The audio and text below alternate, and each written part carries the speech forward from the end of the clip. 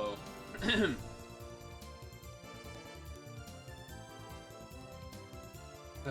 Today is Sunday, and today sucked. It did and it didn't.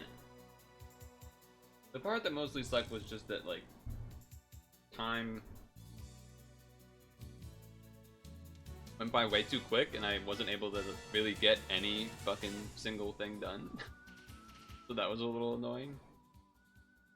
But whatever, I guess. Whatever, I guess. I don't know.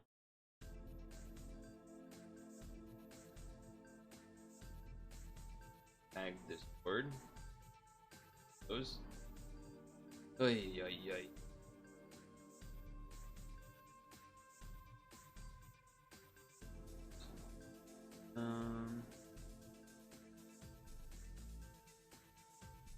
Yeah, okay. This is the video for the day. If it decides to load. There it is. Yes, I did just put pasta in my mouth via hand. Look, my other hand was doing stuff with the mouse. What do you want from me? What do you want from me? There's a lot going on. Got to be done. A lot to be done. Okay. I'm almost 100% gonna hit the mic while I'm eating, because that's seems to be what always happens. But whatever, I guess. I don't know. Anyway. Please be the right window. Yes. The hardest challenge in Super Monkey Ball. Now the title for this was Super Monkey Ball's hardest challenge, a feat only completed 10 times in 20 years. Sounds hard. It's probably some crazy strat for the hardest level here. It's pretty long though, so if I don't find it interesting enough, I might just end it, but I think I will. So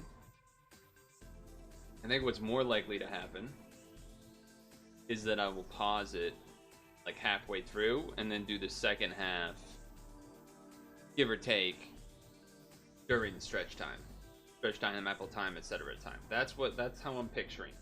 So hopefully that's not an issue. Yeah, that's all I really gotta say about that, I suppose. Yesterday, gotta play some MTG. Damn. That was fun, or whatever. And then that also, both yesterday and today basically felt like I did not get to do anything, but that's not quite as true for yesterday, because it was just that I was hanging out, playing, doing stuff with them all day. Whereas today, it more felt like I was behind from the get-go, and then nothing ever let me catch up. Like, there's a decent chance I might end stream like 8:30ish to give me a little extra time to try and finish something without having to lose a bunch of sleep. That's another thing. But either way, pause the music. Let's zoom in and let's learn about the hardest challenge in Super Monkey Ball. I guess that means the first one, right? Let's get an audio test. Do I need to boost this guy? No. That's loud enough for me. Bonus flaws in the original Super Monkey Ball are some of the most basic and forgettable in the entire game.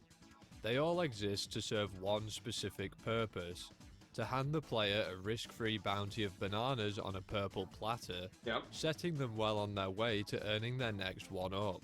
In a casual playthrough, these flaws provide a break from the action and pose no hindrance to your progression through a difficulty, and in a speedrun, well, they may as well not just even run off the exist side at all.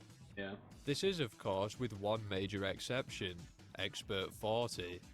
On the surface, this flaw may not be seen much differently to any of the other bonuses, However, it is one of the most unique levels in the entire Monkey Ball series, and poses a challenge so great, it has only ever been completed Oh, by 10 players you in actually over have 20 years of Super Monkey the. Ball competition.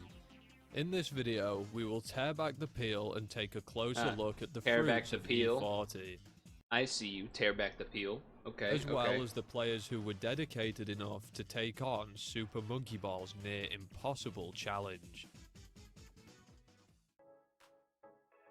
So, what is it that makes E40 so special? Well, the floor itself is nothing all that exciting, being comprised only of a ramp, a long flat straightaway, and a 5x10 grid of bananas that quickly make their way across the stage. However, when comparing it with any other bonus floor, you should notice the first major difference. E40 This is one the only only has a one goal. to contain a goal. The only way to complete every other bonus floor is by entirely clearing them of bananas, which in every case is a menial task to say the least, as they're all effectively sitting ducks. But on E40, the bananas Yeah, follow a everything's moving set around. animation path, where they blast off into the ionosphere with over 10 seconds remaining, so a goal is placed at the end of the level to allow you to complete it after this happens. Okay. Due to not having a goal, competing for high scores on Oh. bonus I think I know where this is going. I think this is gonna be like you could just run straight to the end and hit the goal, but there's probably a super crazy hard strat that lets you that you can do to hit every banana faster than going straight to the goal, but it's so much harder that on average it's better to just go straight. But for the that's why so many people haven't done it as well. Maybe this is conjecture. But I think it's something like that where you can get all the bananas faster than just going straight, but it's really hard, and if you mess up, you're gonna be slower. floors is unfortunately very boring. Typically, high score That's my guess. calculation for an individual level would include a clear score, determined by the time you finish in the goal and the colour of the goal you finish in. But with no goal, there's no clear score, meaning a high score on a bonus level is maxed out by simply collecting all of the bananas. And these are some of the most mindless and easy to tie records in the entire game. Yeah, that sounds right. What's interesting though is that despite having a goal, E40 still has no clear score, so achieving the highest possible score is still just a matter of collecting the most bananas. Oh, okay. This is a different way than I was thinking. This is a high score thing, not a time thing. It's a little both because the bananas go up with 10 seconds left. So getting a full high score of getting all the bananas before 10 seconds is probably the hard part. So it was a little bit different than what I was saying, but okay. But with the bananas taking flight with over a third of the time remaining, and a goal only existing with the expectation that you didn't collect them all, is it even possible to get a perfect clear on E40? Without any kind of route or strategy, collecting even half of them is no easy feat. So how did the game's earliest competitors fare against this potentially impossible task? I don't think I knew that a high score speed run was or not a speed run, but like I guess I didn't know that high scores were a thing in Monkey Ball. I always typically saw it more of a speed run faster which is why I said the theory I said at the beginning. This is interesting. However, I need to fill my water really. My bad. We know your time is valuable. Thank you for holding. Someone will be with you as soon as possible.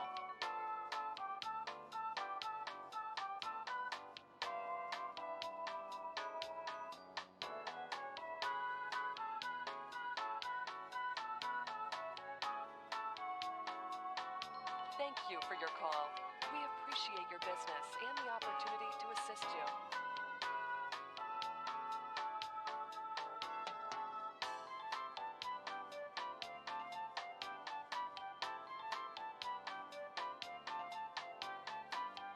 your time is valuable. Thank you for holding. Someone will be with you as soon as possible.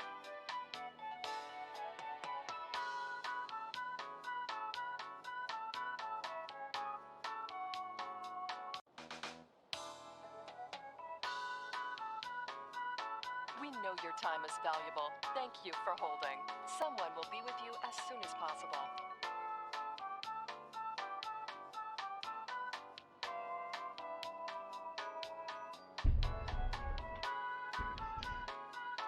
I think that wasn't so bad. Wasn't so bad. Ask.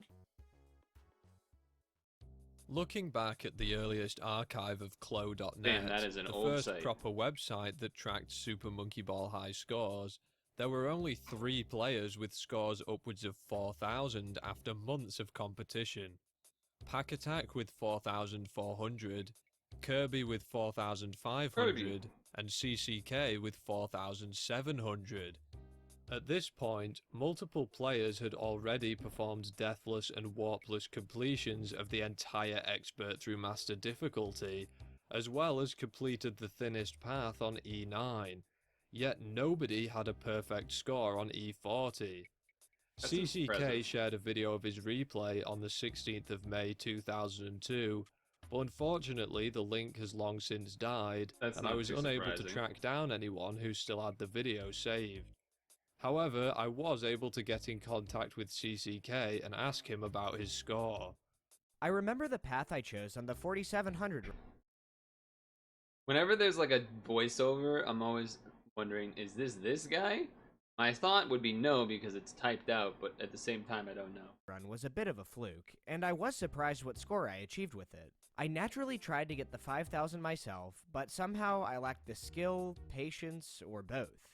In August of that year, Super Monkey Ball 2 was released, and much of the player base flocked to the game That does to make compete for sense. high scores on a fresh new set of levels, leaving SMB1 competition significantly less active.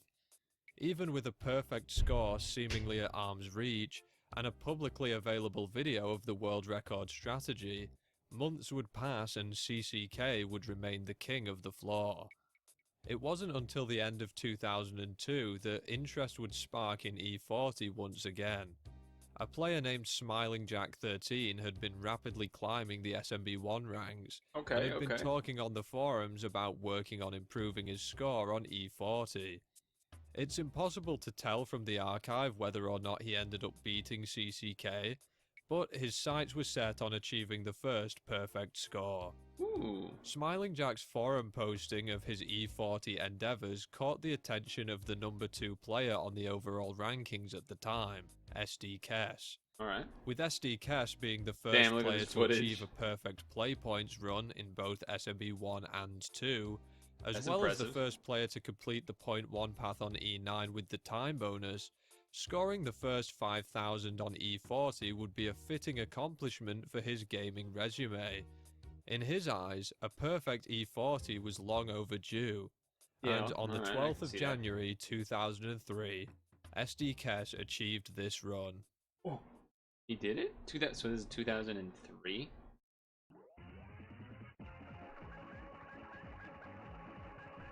That's a hell of a strat. Where's the clock? Oh, because it's a replay, it doesn't show the time. How... Wow, what a run. Holy shit. I sat down with the game and said 5,000. He made that look easy, to be fair, but I think it's much harder than that. Or bust. It took the better part of the day to do it, and I was the first to achieve the perfect score.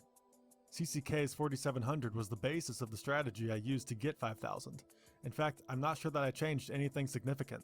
It's fair to say that CCK pioneered the strat that became the standard way to get 5,000. Okay. I remember telling people that it was one of the most difficult things that I had done on the game. It was the only holy grail type of achievement from that era that had not yet been completed. I posted a video the next morning to many accolades. One player summed it up as feeling jealousy and admiration in equal measure. Yeah. I think everybody was shocked because I kind of came out of nowhere since I hadn't been playing SMB1 for a while. I think they were also just shocked to finally see it happen. After all, multiple people had done perfect play points, point 1 on E9, etc., but nobody had done 5,000 on E40 in a year of intense SMB competition. Attempting to put into words how incredible this run is quite the challenge. I think it probably is hard to. I guess he's saying what I was about to say, but for example, when he's going across the line there, it's. I imagine it's like a thing where you have to like can't go too fast, but you also can't go too slow, but you also have to go left, so then you have to like calculate. Challenge in and of itself, and even after watching it, it doesn't look like anything that crazy to an inexperienced player. There are no super precise, frame perfect, pixel perfect tricks, no absurd techniques. I think that it's just a require lot of like deep really understanding of game like tiny, tight adjustments of speed and direction, mechanics to but no comprehend, big jumps. and no ridiculously lucky events with odds thousands to 1. It is simply flawless gameplay, grabbing the final banana with mere frames to spare before it would fly away, never to be seen again. It's Oh, wow. honestly tough to judge whether or not the game's developers even knew this could be done. On one hand, I find it hard to believe that the stage designers were dedicated enough to figure out for themselves that this insane challenge was actually possible, and Yeah, would that does seem knowingly a little include tough. something this difficult in the game. But on the other hand, I have a hard time believing a challenge this tough was unintentional and the result of a fluke. I'd be curious to hear your thoughts on this in the comments. Yeah. In order Okay. to try and convey the sheer magnitude of the challenge E40 poses, we will take a look at the few players dedicated enough to complete it, and the amount That is a small list of people. 10 people in like 30 years or whatever. 20 years.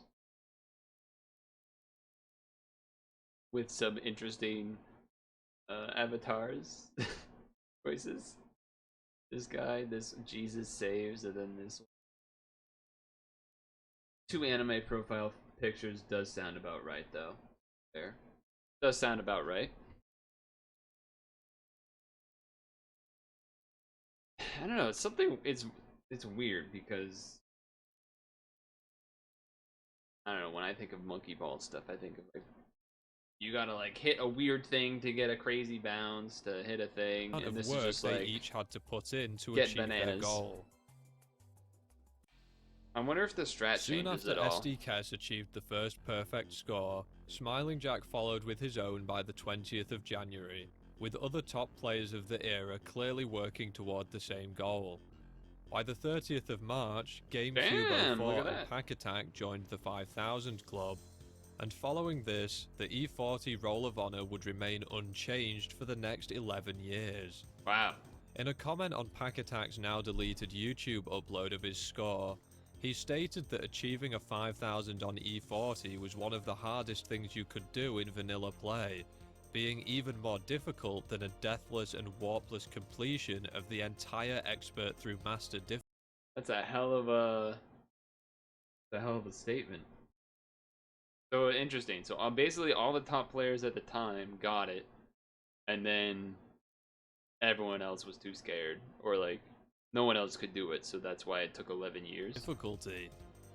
It's tough Because to like if like one person got it, like the CDK guy or whatever got it, and then no one got it for like 10 years, and then someone else got it, and it sparked a new thing of all these players that came in afterwards doing SMB2 or something, and they're like, oh, I should try to do that. Everyone says it's the hardest thing.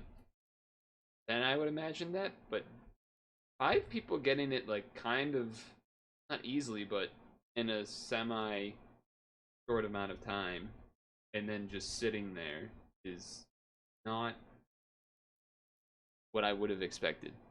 try and pinpoint an exact reason as to why E40 competition remained stagnant for so long, but it would seem as though once the initial 5k hype had died down, so too did interest in the level. Wow. Rather surprisingly, the next perfect score was achieved by the Japanese Japanese player. player Unebabu, who uploaded his score in 2014. The replay was found by pure chance years after it was uploaded, buried Oh, 15 really? minutes deep into a Nico Nico compilation of mostly uninteresting replays. Well, it's so As random. far as I can tell, this player is completely disconnected from any competitive monkey ball community, making their run even more impressive in its own How the right. hell? They did use the exact same strategy as every 5,000 before them though, so it's possible they'd seen a video of someone else's run beforehand. It's also probably worth mentioning at this point. I wouldn't say that the same strategy necessarily means he saw it, because it does sort of seem like it's the only strategy, like bouncing, like going left right left right. That I remember being told there's apparently another Japanese player with a 5,000 on E40. I've heard somewhat conflicting claims about the score from a couple of different people, but to keep things brief, it would seem as Interesting. though all evidence of the score has disappeared from the internet. This makes it fairly difficult to try and deduce if it was ever Oh, actually is that why one of the real, pictures since is, like, I never saw any anonymous? of the evidence myself, Yeah, and alright. nobody seems to really know that much about it. The next That's fair. verifiable perfect score was claimed in February of 2016 by the new highest ranked monkey ball player on Cyberscore, Scrap651. Leading up to his eventual 5k, Scrap had 9 attempts that collected all but one banana, and stated in his video description that this was the hardest thing he had ever done in a video game. That's He also shared an image of a lot. map he had drawn in order to better understand the route he needed to take on Twitter. wow. That you go up and then you go across the furthest down to the back row. Then you go like up, left, down, all the way to the bottom again. Weird. Okay. Another 5,000 was achieved the following year by Gonkwai, whose run stood out from the rest for a couple of reasons. Different strat?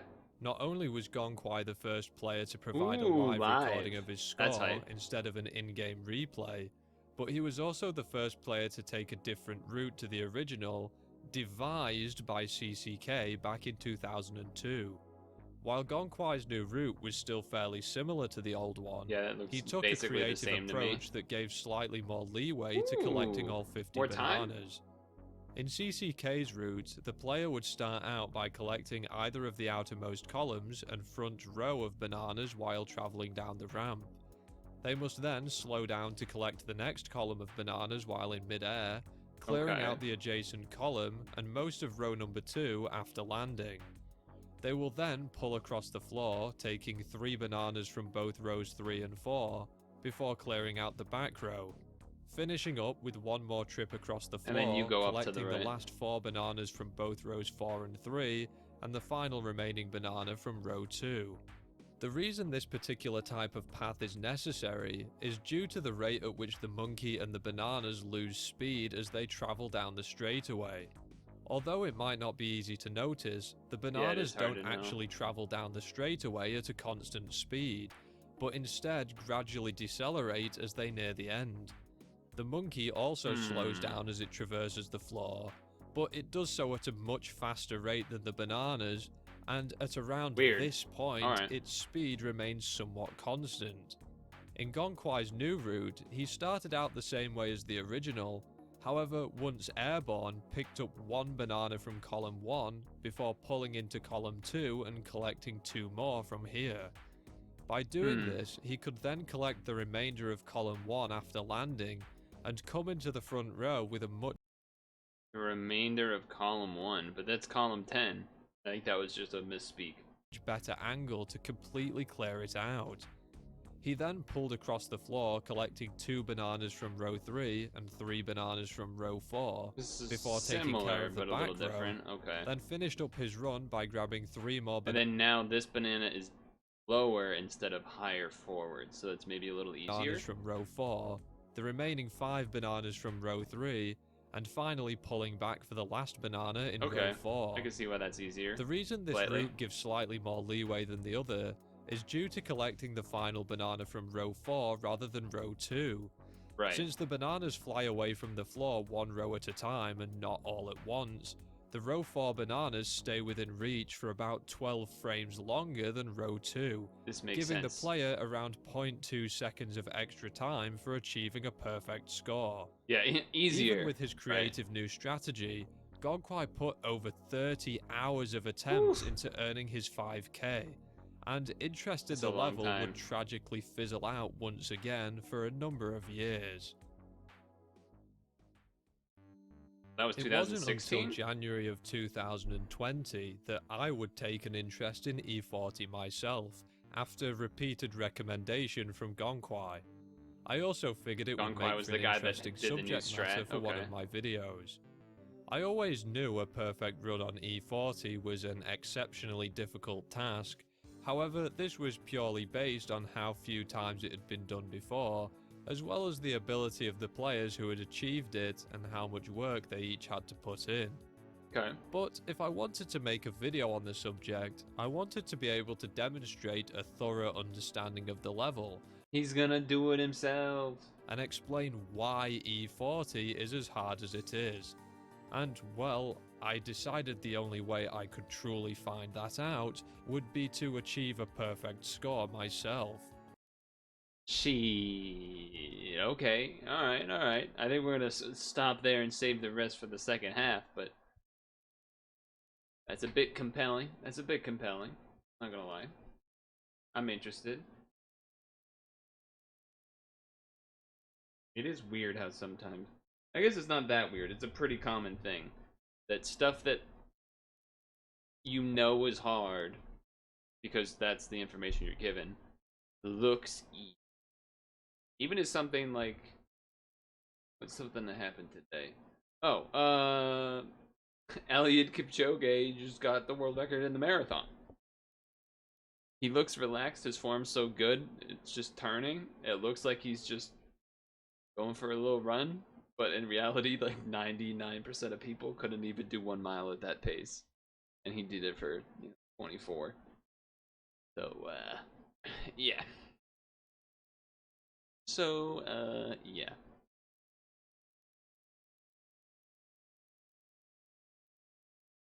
Alright, hold on. Let me, load ourselves up here. So, Naichi announced the 2-week evaluation period has ended. The rankings have been posted.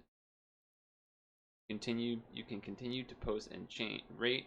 Please note that the rankings are subject to change. Yeah, right. So some things can move around, I guess. What are you gonna do? Wait. Oh, so it's like a little different now. Oh, okay. The way they're posted is different. Alright. Okay, let me think about this. We scroll up to the top. Go game jams. Look at one of the previous ones and see how many we go down. And try and figure out what the plan is gonna be. Do I keep with that formula? Do I change the formula? I'm not sure yet. But I'm looking away for 20 seconds to start.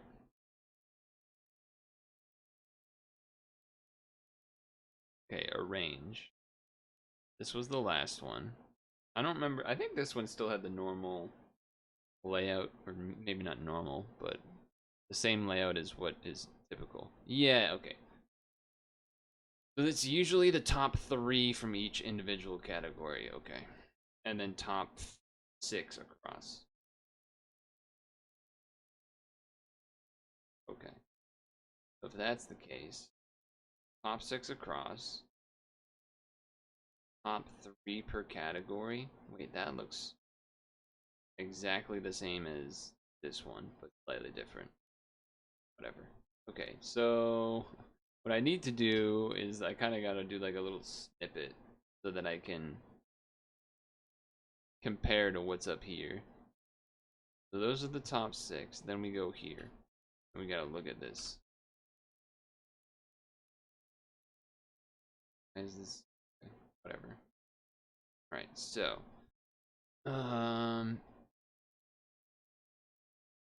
interesting that huh.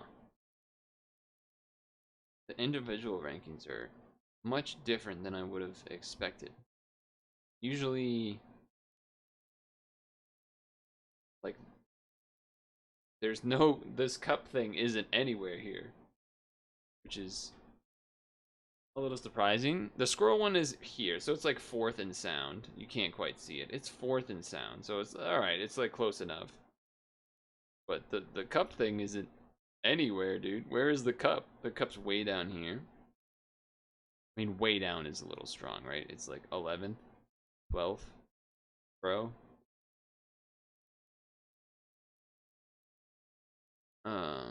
Yeah, okay. And then, what's this? Fresh Charged Ruru. Okay, that's top. This looks like it might be a multiplayer game, which is a little unfortunate, but... Okay, so this one's here. The bird thing is here, so that's there. Okay. Muscle Sushi Co. Guess that's the first one we're doing, huh? Cut off this. Put this here. We need to zoom out. Need a bit of a zoom out.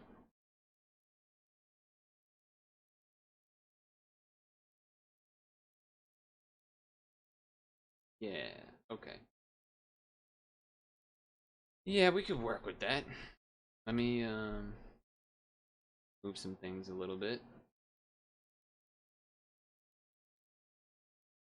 This for here for reference later. Want a start song? What start song do we? That's a question. Question there.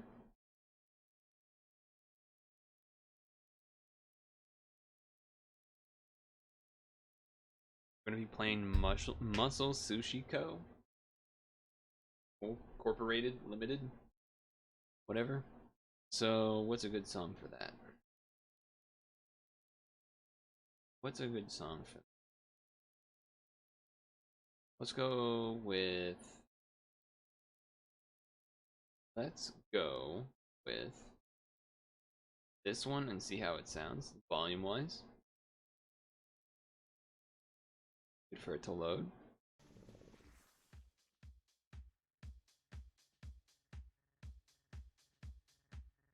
Huh.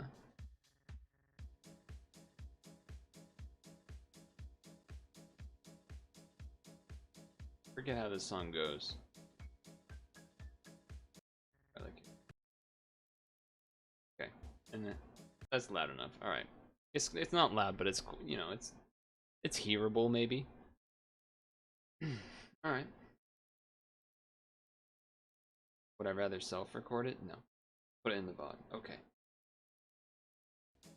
So, we have a new Unity game jam that just finished up. The rankings just finished up today or yesterday, so they're fresh. However, the layout's slightly different, so that's why I got a bit of this screenshot thing here. And these are the comprehensive winners in the screenshot, but below it are the individual categories, like we're used to seeing. So, as usual, we take the first 3 rows that aren't in comprehensive and start there. So that means we're starting with this weird looking one, Muscle Sushi Corporated Limited. I forget what LTD stands for, but either way, we're gonna check it out. So.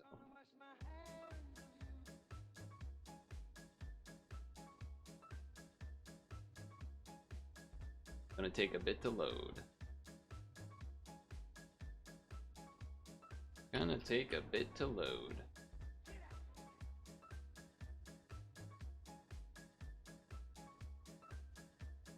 Translate me. Go. Okay. I don't know about that. Anyway.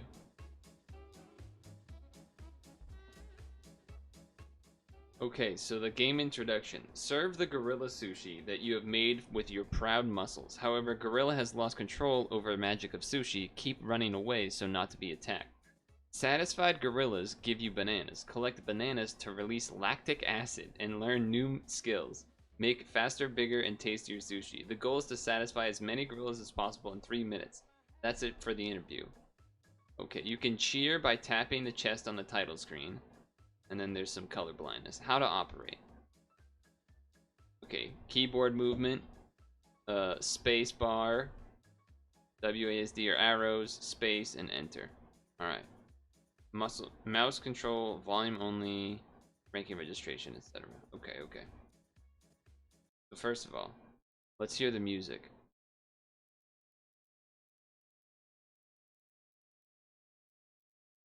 Why can't I? Oh, it's muted. Okay, so this is the music.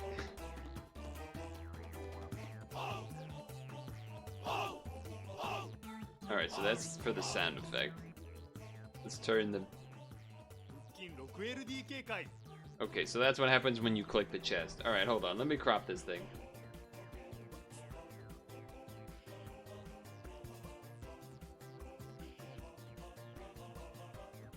Oh. Let's crop this.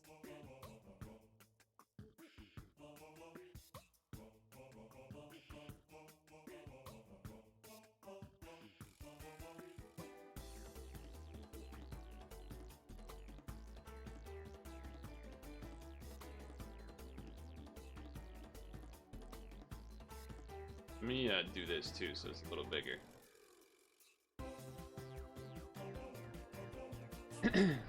Okay, so we're here.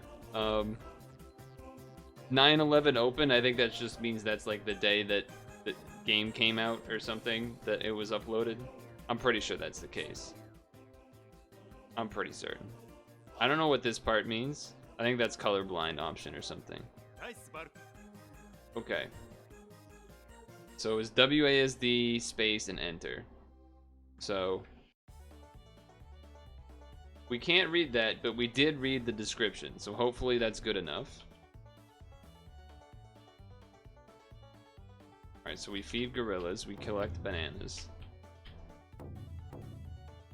It seems like it auto-aims. Okay. I pressed spacebar to level stuff up. I don't know what these things do. I'm gonna do the center one. Okay, that adds a different type of sushi. That seems like a pretty good idea.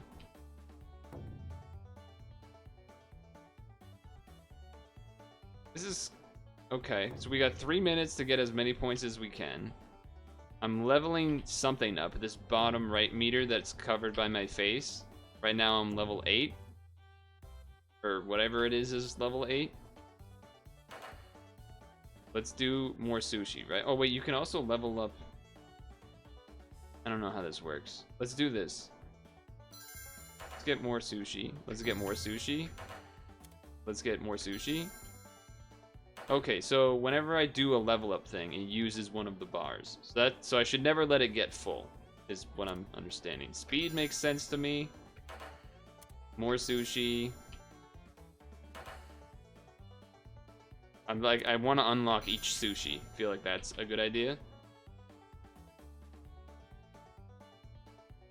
That just seems like it makes sense to me. Both of these, I don't know what the what the differences between them are necessarily, but let's get some more. Okay, now we got all sushis unlocked. I would like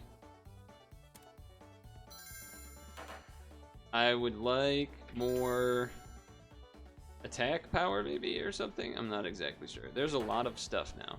I don't know what this one is. The open mouth thing. I'm not sure what that is.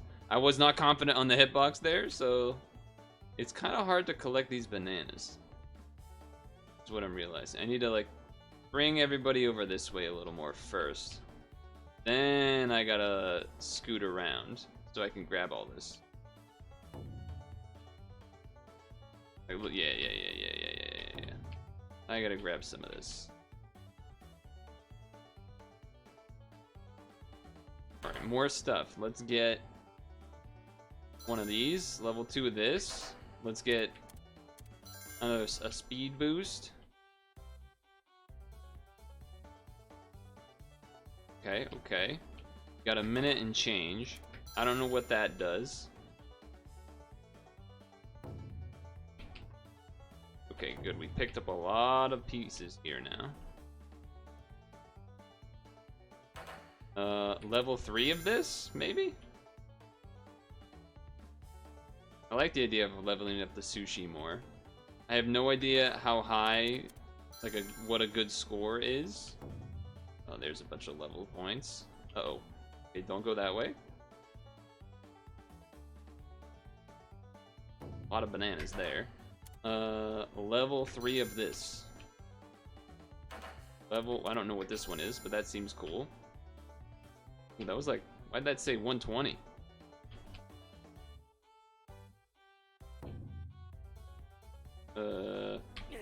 Okay, I got hurt. Oh, I have 3 lives? I did not know that. Look at this weaving. Uh-oh, I'm at the edge of the map. Uh-oh, I'm at the edge of the map. Okay, I died. How's my score? I imagine dying is not a good,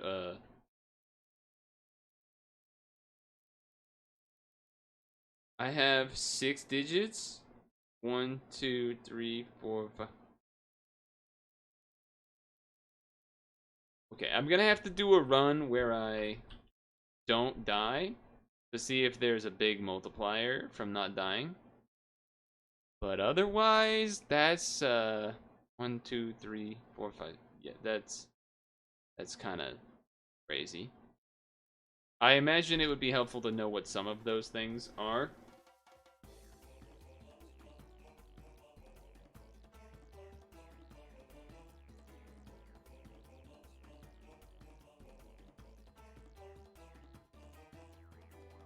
Okay, let's go again. I'm gonna move myself. I don't know where to move myself. Down here? See if this is good. Oh, well, it covers the score a little bit, so then I go like here. Let's try that. Find monkeys as soon as possible. Well, I guess it's not even the monkeys, it's more the bananas, huh? What is this? I gotta choose that. Come on, I don't know what that is. Oh, that's like a healing potion? Alright, that's not great. I don't know what that does. Let's just start getting sushis. Yeah, let's start getting sushis. Start getting sushis that we don't have. I don't know if it's better to have leveled up sushis or to have more of different types. I'm not actually sure on that. We don't have this one yet.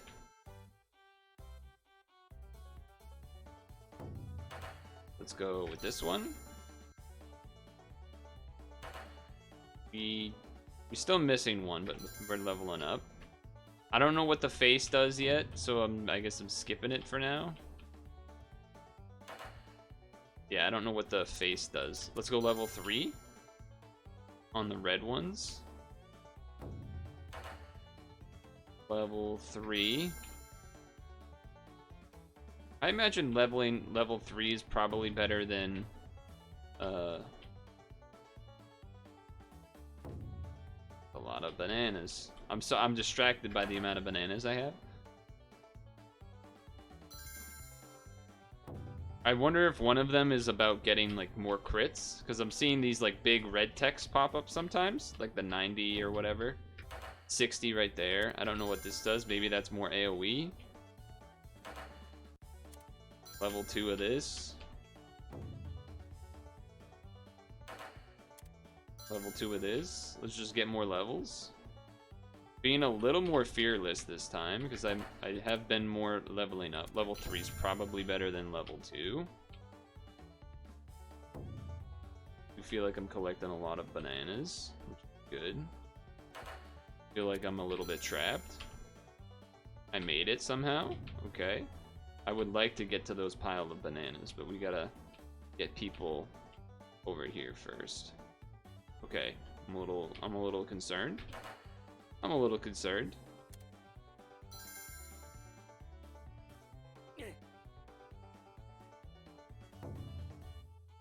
I imagine having full HP at the end is probably a good thing.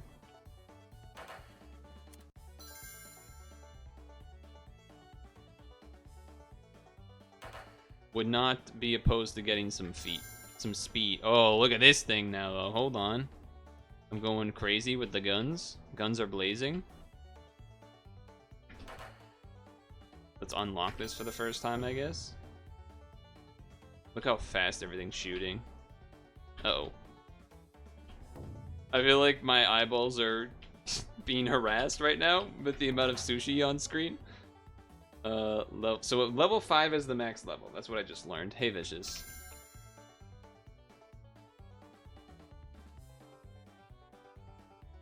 That's what I've learned so far.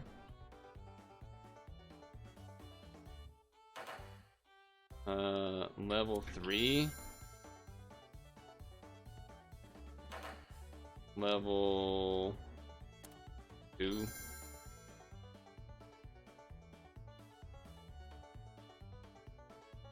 I don't know what's happening. I feel like it's impossible to grab bananas.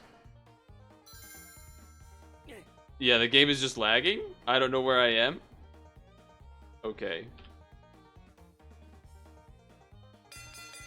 All right. Well, I don't know what happened. My score is better though. So I imagine living is a big deal. I don't know what the 0x1300 is, and I'm not on the board. However, as you saw in the last 10 seconds of the game there, my character was teleporting, and I don't know what was going on. So, yeah, it was a little crazy. Whew.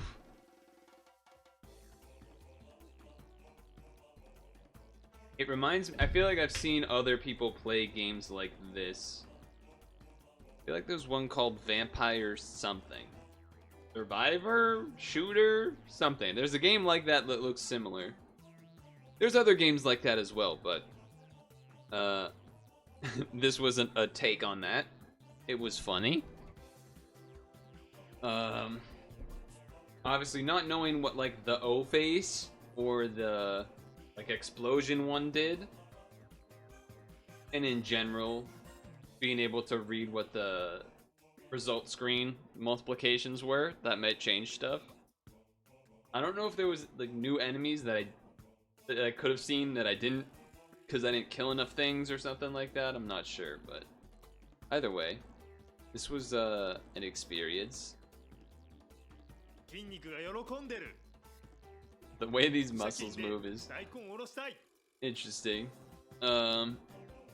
So yeah, that was a good time. Let's read some of the comments. Let's read some of the comments.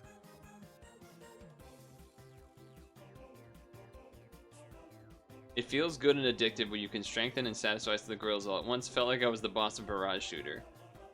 The variety of sushi attacks was rich and interesting. The feeling of collecting a large amount of bananas became a habit. It's nice to have a lot of gorilla variations. In addition, I can feel the love of the creators from the elaborate screens of the company motto and break time. It's amazing how it doesn't weigh you down at all, even though you've got a lot of things. It's great to be able to enjoy raising your stats at a good tempo. It's a very pleasant performance.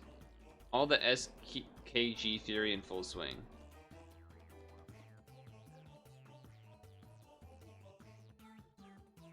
The push and pull of a game like this is usually pretty good, right? Because you're trying to figure out, okay, well, can I how close can I get to killing, but I want to collect bananas. Interesting thing, now that I'm looking at the thumbnail of this, is that the bananas are sort of just zooming into this guy. I don't know if that's making me think that upgrading the maybe like that explosion one is actually a magnet, or maybe the potion is like a magnet, and that means the bananas collect to you more. That would make sense for how to get a much higher score to me. If there's some way to make the bananas attract towards you, and then, you know, you just start like exponentially going crazy. So the thumbnail, a nice little hint actually. However, I think I'm still gonna end it here. But yeah, the push and pull of a game like this is usually good, and I thought it was pretty fun. The variety of gorillas was fun. The concept is obviously silly, but like, who cares? Games can be silly. So, with that, see you in the next one. Okay. That was sushi, man.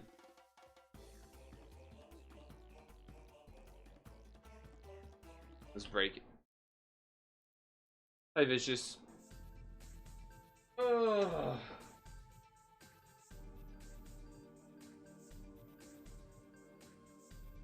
Ooh.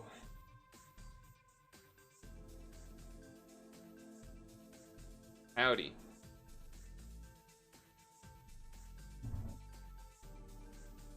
Howdy, howdy, howdy.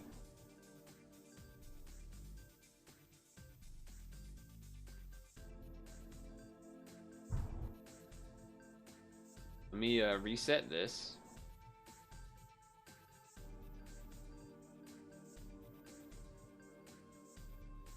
Tomorrow is Monday. You're not wrong. You're not wrong.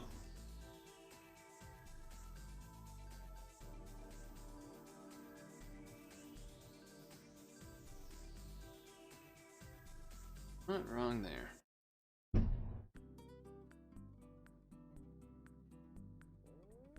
Is hold on, let me check something. I was checking a pad thing because I didn't remember if I had collected, not collected, but if an exchange was ending, and if I need to do that. Mostly for Chuan was what I was looking at, if that ends today or not. It does, by the way. So if you still need a Chuan, or you still need to get the Chuan, I recommend you do that today. Today's the last day to do that, so do that right now so I don't forget. Alright, all done.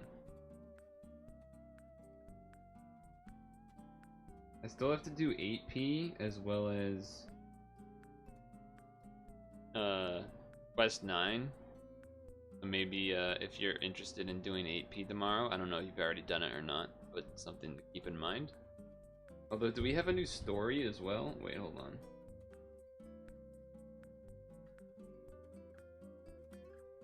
Wait, do we? No. I remember seeing something about like Sacred Relic story or whatever. How do I like the fire lead? I mean, it's not like I've used it to do anything hard, right? I've only used it for farming things.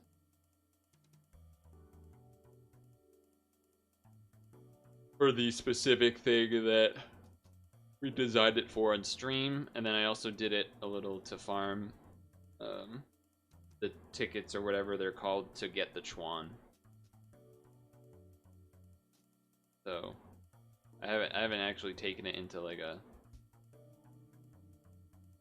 something that I'm not prepared for or whatever, or that isn't easy, I guess. I don't know.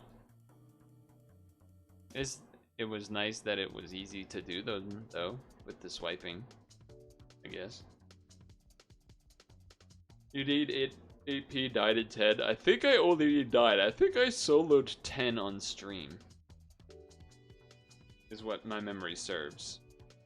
Memory serves that I did 10 on stream but not 9. I could be wrong. I could be wrong. Pretty sure though.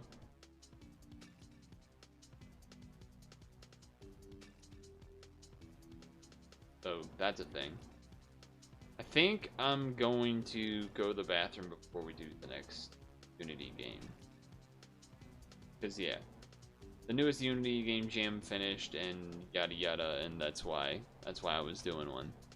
That's why I was doing one. So we'll probably continue there. So let's see, actually, let's check before we move on. So the layout is different, so that's why I have this screenshot of the comprehensive ones, and then now we have the individuals here. So it looks like this second place, Deserted Island, is not in the comprehensive first place, second, third, fourth, fifth, sixth. So we'll probably do that one next. Actually, we could do this whole column, which is nice. We can also do this whole column. And then once we get here, then we have to start skipping stuff, but whatever. So, I'll be back in.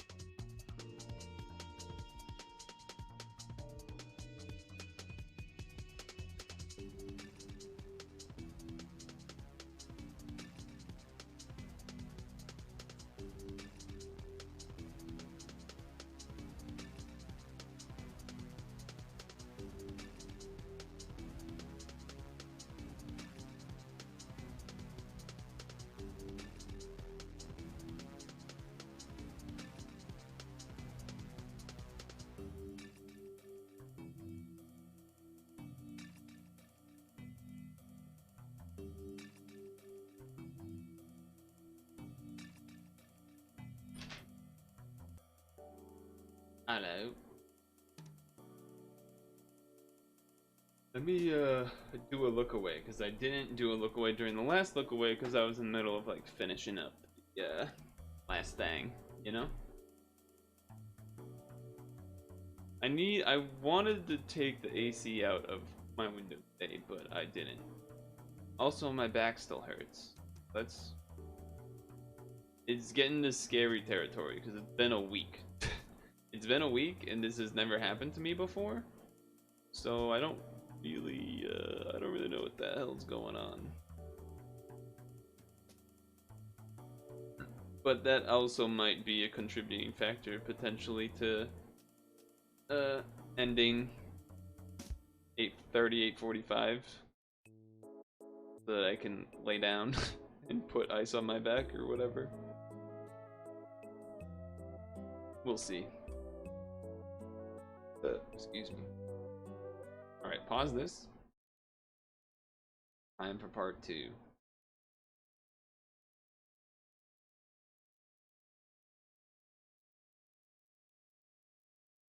Oh. That's an interesting idea. Okay, so I just reached to the laptop to like type the uptime. And I'm wondering if I've been doing that a lot and that's contributing. Because when I did that motion, that's like, feels like exactly the spot that is kind of a problem. So I'm gonna keep that in mind moving forward. But let's do a song. What song do we want to do for this game? I feel like there was a one I had in mind that involved an island.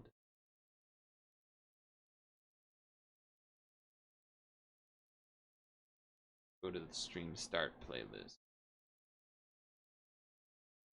Let me be scrolling. Let me be scrolling. Let me be posturing correctly. Or more correctly, rather. And I thought there was one in here, but I'm not seeing the one I was looking. I guess that's fine. Like, yeah, well, maybe.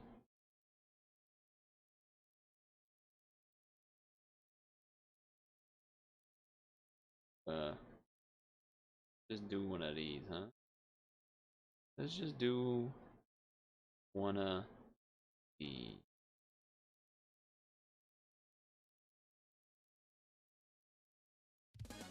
Well, we're back. Category, amusement. Number 2. Save desert island. I'm assuming it's gonna say escape.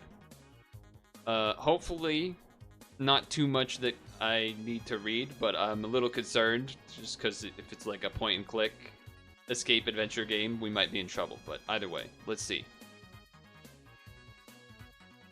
Either way, let's see.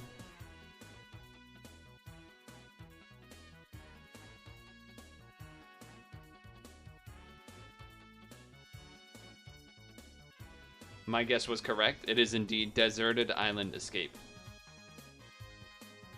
Let's get the game intro. Story. Let's get the game intro.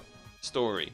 A weather forecaster was washed ashore on an uninhabited island due to a ship accident during her travels. She forecasts that in 3 days she will have mild weather and a perfect escape. Can AI survive, or can I survive on a deserted island, save her supplies, and escape? Rules, if any. Sanity, satiety, and water reaches 0, it will return to soil. I feel like that means I die. If the raft is not completed on the day of escape, it will return to soil. I think that means we lose. When escaping, if the distance is not more than 7,500 meters, it will return to soil, which sounds like lose. Techniques. The key is how much time you can save. Let's check the effects of the tools after a bath. How to operate. Mouse only. Okay. Pausing because I'm concerned. And I'm thinking we might be in trouble. I'm thinking we might be in trouble. Sounds kind of like a point-and-click adventure game that I won't be able to play, but let's crop it and find out. Let's crop it and find out.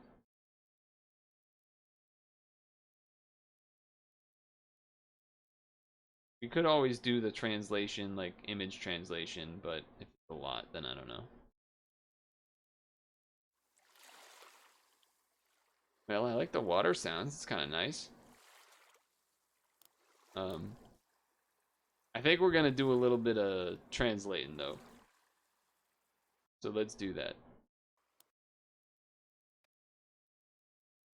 Could I click in each one of them and see what it does? Yes. Could I also just screenshot and hope that the website can translate it? Also yes. Also yes.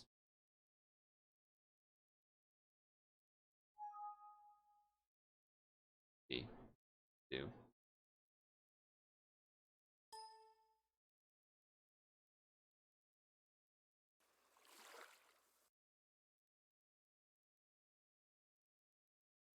Okay. Survive, gallery, lower volume, default volume, above possible. I don't know what above possible means. Let's click that one. That just made a noise. Okay, this is volume. Oh, that just lowered. Oh, I bet it's low volume, raise volume. And that's why it did a sound effect afterwards. That's kind of loud. Yeah, because it always does it after I click. Alright. Gallery? Oh, so credits. That means, okay, gallery, that means credits. We're gonna try, and I'll do the translating to start, but if it becomes too much, we'll see. It sounds like it's timed, like based on days or something, so maybe we just do one run and, you know, go from there. Okay. Don't get freaked out yet. Don't get freaked out yet. We just gotta... Look, the top left is numbers. We can understand numbers. Max is 100. I'm guessing 75 is like... Or sorry, the yellow face is maybe a...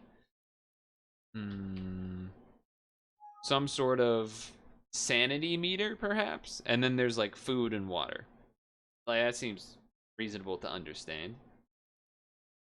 But let's see if we can get a little... I imagine this might be a little story, a little bit gaming. Directions. I am the weatherman. Obviously, this is all, like, not correct translations. It's internet website translated. During this trip, a ship accident washed ashore. I don't want to die in a place like this. I must go home alive. Okay, let's pause again. That's not a pause. Oh my god. Okay. Maybe if we get through these first menus, then we'd like really understand what's going on though. Is this one picture is the woods and one picture is the beach. This is the beach picture that I clicked. So, what does it tell us? It tells us explore the beach, I'm guessing. It takes 0.6 time. It takes 6 something, warm version, 8 moisture, maybe that means water. And I don't know what 6 then. And then accuracy rate, I don't know what that means. And then if I move. How do I make it so you what I'm trying to do? Sea water boiled on the left. I don't know. And then implementation. So we're a little bit spooky. Okay. That goes back. Alright. What does this one do? What does this one do now? So we clicked the forest. It does seem like it's sort of time-based, but not in the sense of like an active timer. It's more like you do activities and those take time. Which kind of makes sense in terms of, or it's not, it doesn't necessarily make sense, but it's good for me because it means I can attempt to translate. So here we go. This is the forest picture. It takes 0.7 time. Maybe it.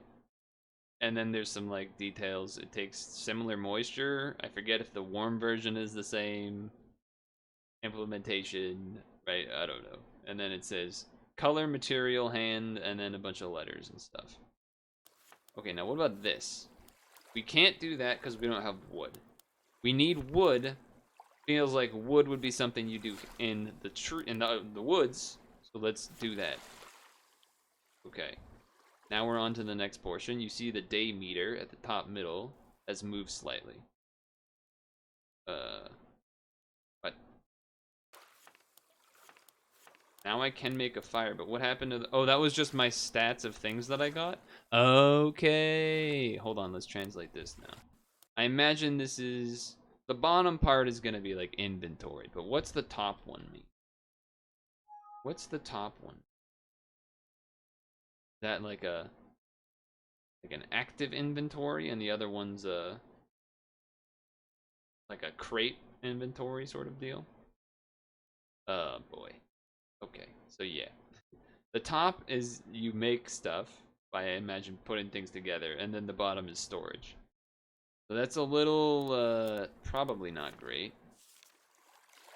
I just restarted the game. Okay, well that's fine.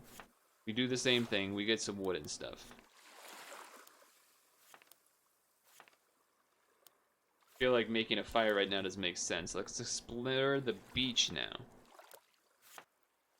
You got some, is that water?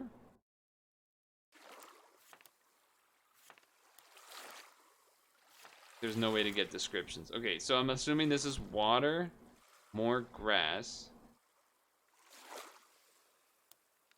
Can I do something with a... Oh, I can't click these. Hold on, what does this button do? That brings me to the menu. Alright, well, we're figuring it out. Okay, so this is... Make? I don't know how I'm supposed to make stuff. It doesn't let you click that. Alright, let's go into the woods. What was this thing? We got a bug. We got a cricket. Okay. Let's go to the beach. Let's make a fire? Okay. Let's read this one, though. Let's read this one. I imagine it's got some obvious things. It's gonna use wood or something, but let's see anyway.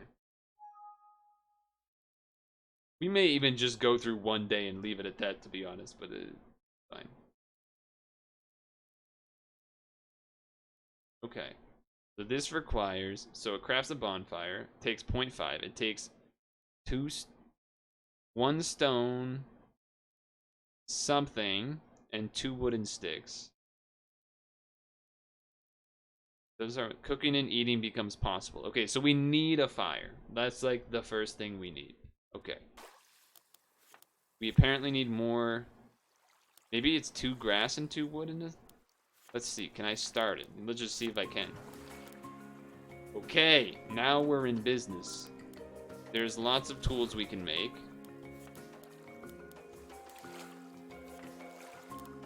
Now let's figure out what this is. The music kind of stepped it up a notch, huh? I know the abrupt like pausing, but look, that's what happens when you click off the screen. Okay, I don't know what to do. All right, look away for 20 seconds.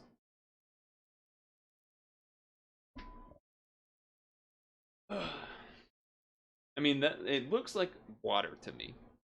I'll say that much. It just looks like water.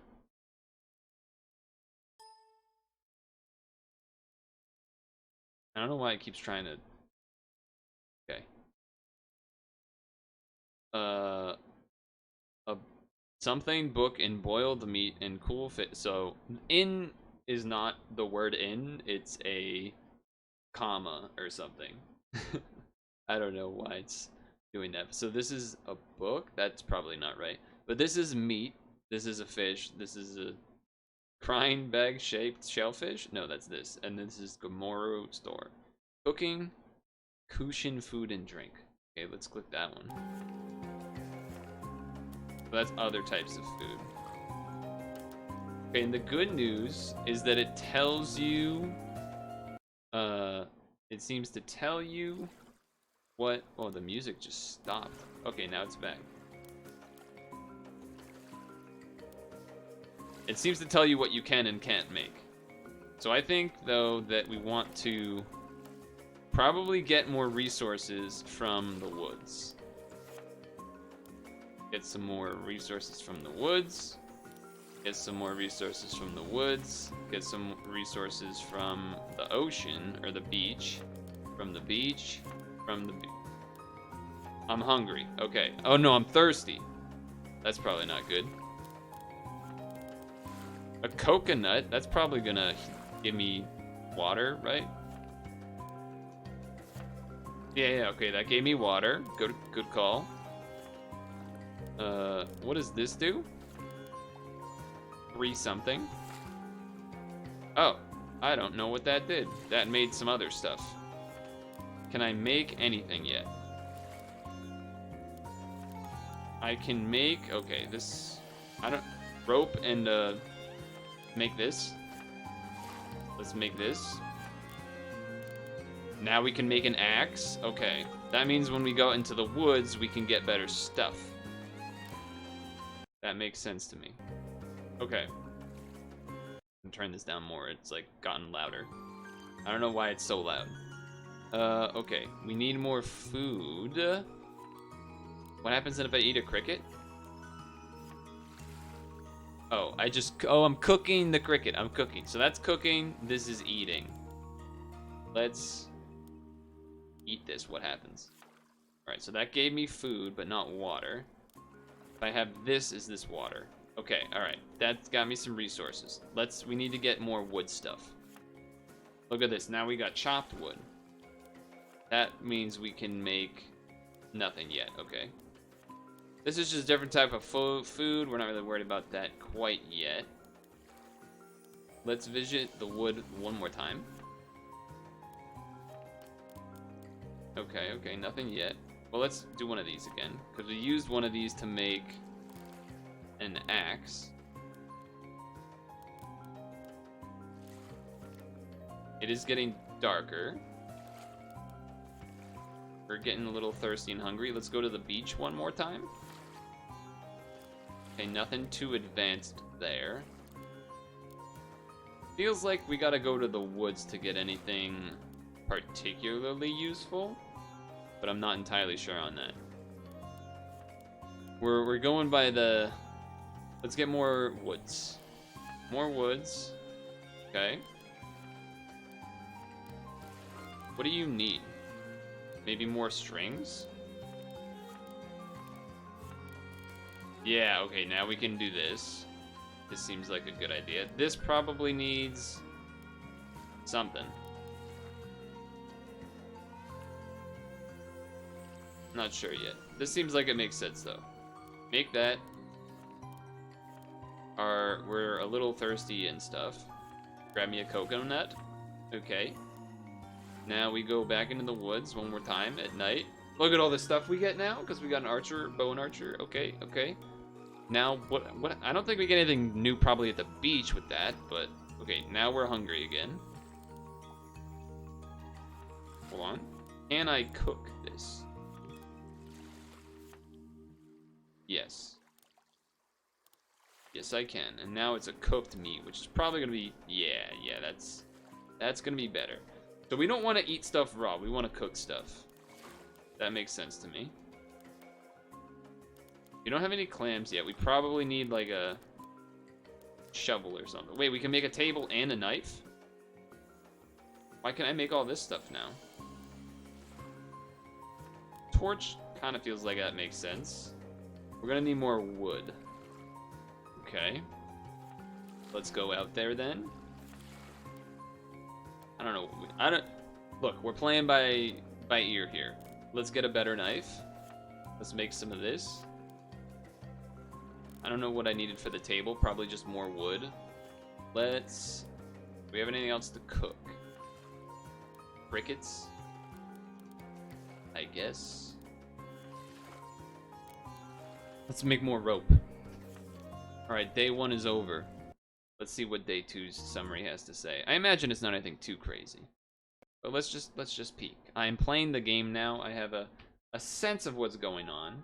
But certainly playing it by ear in terms of not knowing what I need to make certain things. Just kind of going off of instinct. And what I would assume. The sea is rough right now. It was forecast to be seeded in 2 days. By then we could build a raft, save supplies, and escape. Okay. We got 4 days? Is that the idea? Go into the woods. I'm hungry and thirsty. Okay. We can make this now. But let's, shit.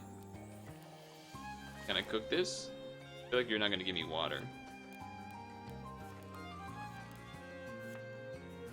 That did not give me water.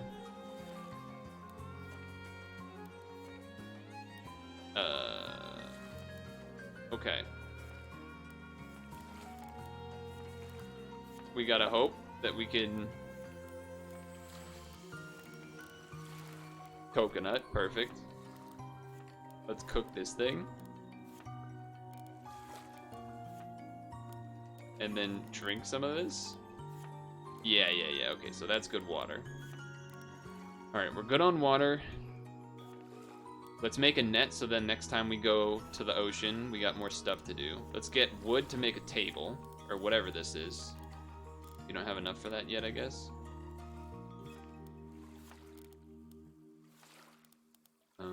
Okay. Go here again. I imagine wood is just like what we need, right? 10 of something.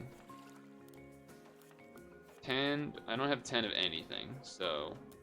Maybe you need the grass to make lashings, but maybe that's what we have the rope for? I'm not sure. Okay, let's go to the woods again.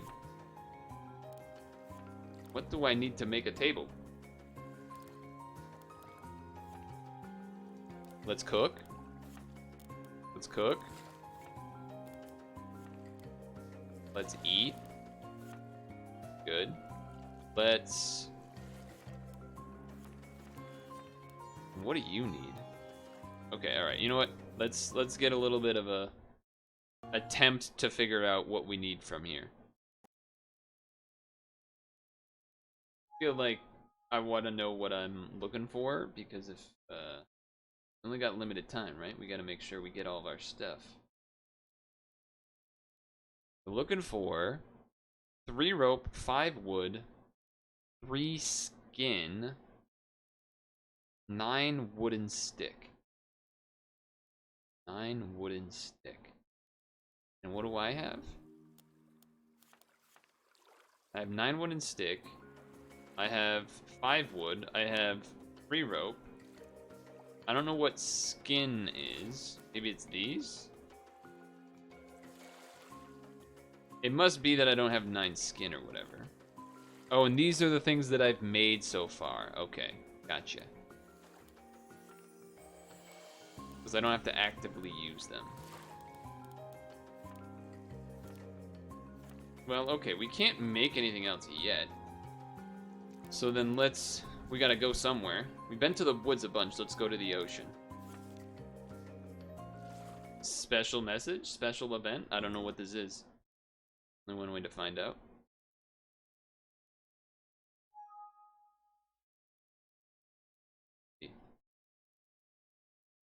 There's something in Ami. This thing, the parts of the ship is nearby. Ship residual acid is now detectable. Oh, we can like go look for a ship? What? That where we get materials from that? I know we can make one of those, but whatever. Anyway. Let's cook some water, I guess. I don't really know what this is, but... Okay. The woods again. What the hell do I need to make you? I kind of want to go to the... Wait, we have fish now? Let's cook a fish.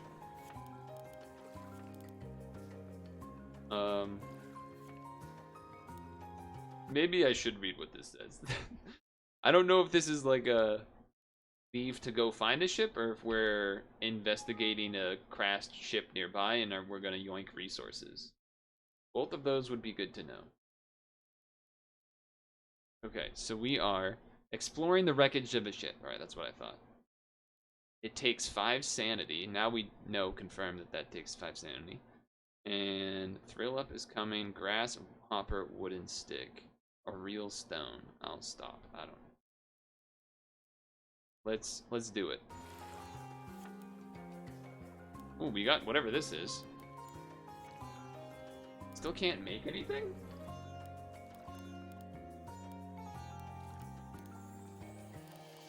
I feel like there's something I'm missing.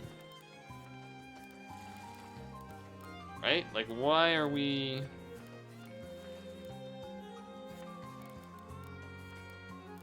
Do I need another rock? That's what I needed? Okay, let's make a table. The table, I don't know what it will allow for us, but I'm sure something good. I'm sure it's a good thing. Maybe you need a table to craft these, or I'm not sure. Let's eat something. Let's eat a cooked steak thing. Let's eat some crickle. Let's get some water. Okay. We're stacked up. Stacked up in resources now. Okay, I was just checking the volume thing. Okay, okay. I turned it down a little bit more. So, let's stay on the beach for a little bit. Sticks, some that. Let's go to the woods one more time. You get a lot of stuff in the woods, huh?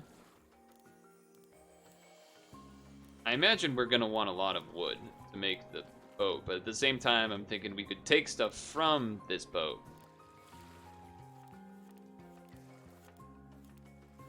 I'm gonna make a bunch of rocks and rope. Because I just don't know. I don't know. I should look what you need next, actually. That would make a lot of sense, because I'm pretty sure that's what you need to beat the game, so probably should look at what this is. Got some big numbers, I'll say that much. 8 and 14, 6, 7. So, we need 8 something, 14 trees, 2 skin, processing stone, 6 rope, wood 2, 7, scrap 2. I don't know. It's a little bit tough.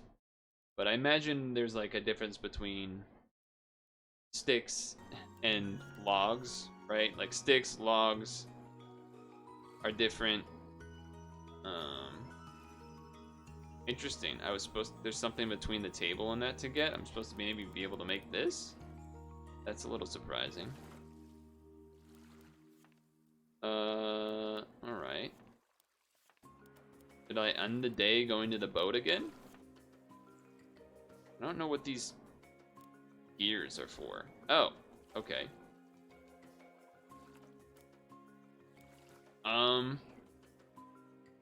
Let's make this. Okay, day 3. We're here. We are on day 3. The reason I didn't make the boat is because it's not the last day. So I feel like the boat's the last thing you make. And you want supplies. So you want to have other stuff. That makes sense? I feel like that makes sense. Okay, today is the final day. We're leaving tomorrow. You need water, food, and sanity. L1 should also have tools to reinforce the raft. Okay, well, we need to make the raft, so let's go in the woods. Let's eat a cooked fish. Let's cook. Why is meat eatable but I can't cook the meat? I need ropes or something? What do I need 17 of? Alright, anyway. How many ropes do I have? 5. 11 grasshoppers, 3 coconuts. Okay. Rope me. Rope me. Rope me. Stone me. Stone me. Beach me. Boat me. We have a crowbar now that's gonna give us a bunch of stuff. I feel like. We gotta eat. Let's eat a cooked meat. Oh, wait, hold on. Okay, I thought that was that. Eat a cooked meat. You don't have water? Make a water thing? Drink a water thing? Alright. We're already like a third of the way through the day. Let's investigate the boat again. Look at all the stuff we get. Okay, we gotta build the raft. So like, let's just do that. That didn't take any rope from what I could tell. We need more wood probably. And coconuts and stuff. Let's go to the beach one more time. Get some fish, perhaps. Let's drink some water. Or let's cook some water. Or whatever that thing is. Drink. It's already nighttime? That's kind of crazy. How do I make these? I need, like, what do I need? Stones? Is that what it is? I got 4 stones. I got ropes. Why can't I cook? Oh, I can cook the meat. Oh, let's cook the fish, though.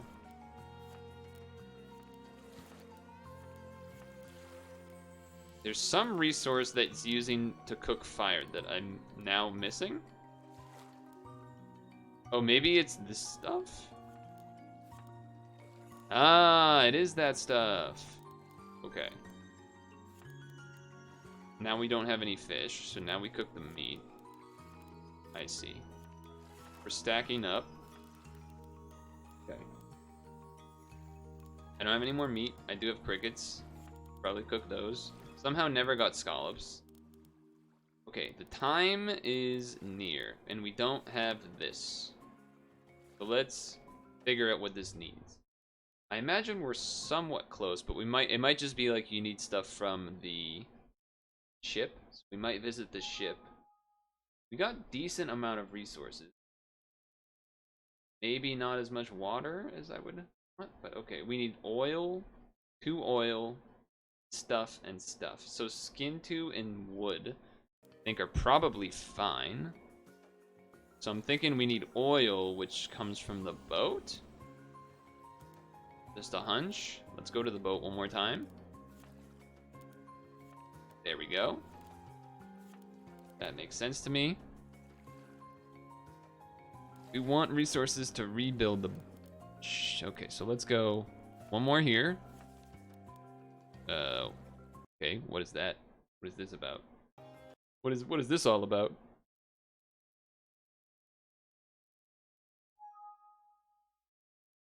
If we lose this run, if we don't reach the win condition, I'm gonna be sad.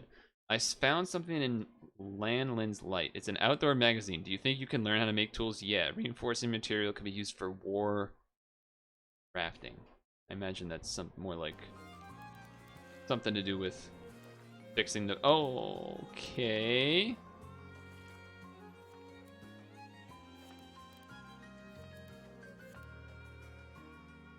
Would I want multiples of these?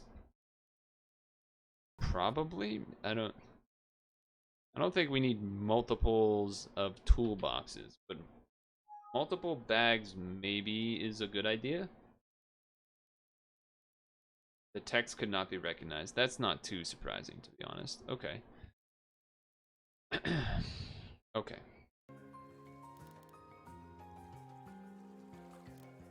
What is this last slot? I wonder. What is this last slot in this picture? In our row here. We got bags. We got a toolkit.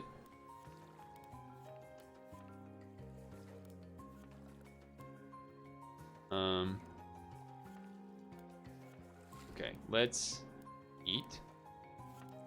Let's eat. Let's drink. Drink. Okay. What would I want more resources of? Do I need another bag? I guess I'm not really... I have some rope, I have some stones. Make one more bag.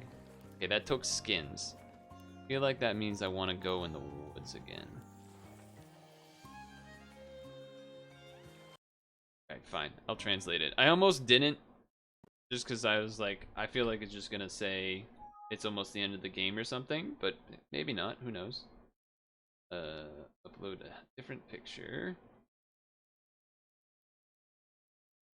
Okay, hold on. The web page is freaking out. Okay. I found something in the lantern light. There's a little river. Let's go further upstream. Okay.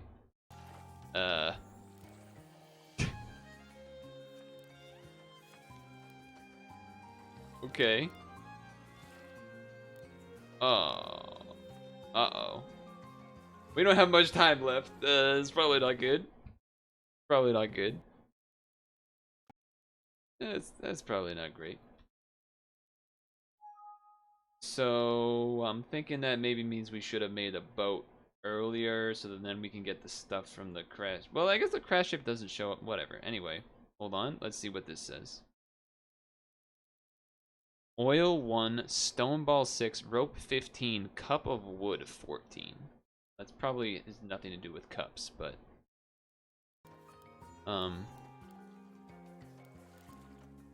cup of wood. My thing is like, am I supposed to eat before I leave, or am I supposed to have a bunch of resources to eat? That's what I'm wondering. I don't know how you make this thing. I wish I knew how to make this thing. I think we only have enough time for one more action, is the thing. Okay, now we gotta have like one left, surely. This adds 25 water. This adds 15. I'm thinking that's what they say. Okay, our stats are pretty good. Okay, so I'm not gonna eat anything more, but we have one more move to make. I mean, it's gotta be... I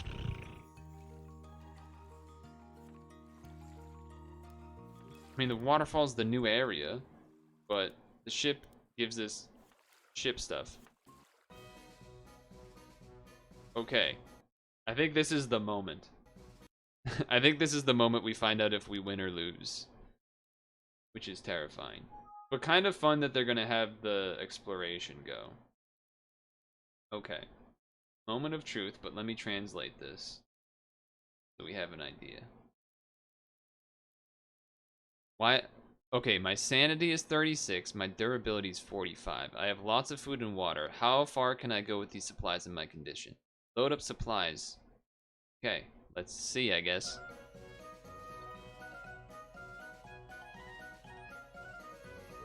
Okay, so far so... Oh, I'm supposed to move. Oh, it's gonna be close. Our boat is gonna be close.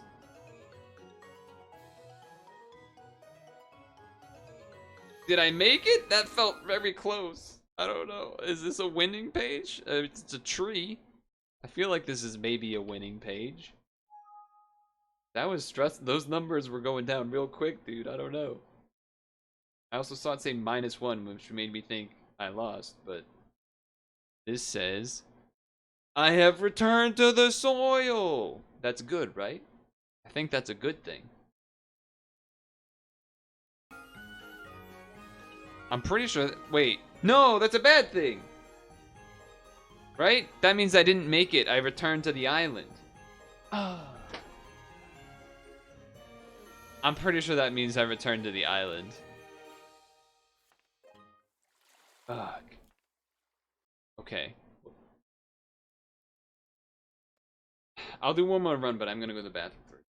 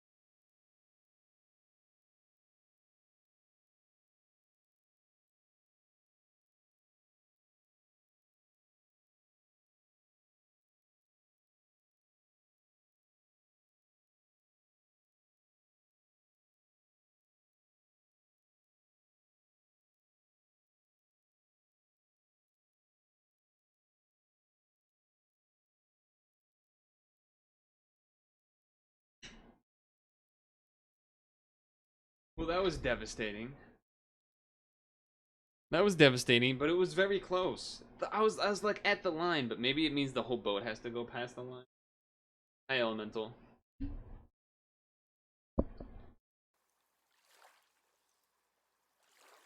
Okay. Let's speed run this now. Okay, we go to the woods.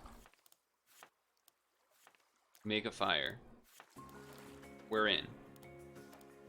Go to the woods again. Oh, we go to the water. We make a rope. Okay. Go to the woods again. We make a carved thing. We make an axe. Okay. We go to the woods again. Rope. We go here.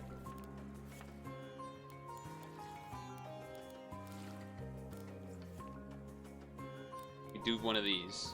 Do another one of these. We can't make anything. We go to the woods again. We make more rope. Make one of these. We eat water. We have a coconut. We are doing stuff. We are gonna make another stone thing. Then we go to the woods again. Go to the woods again. We make a big knife.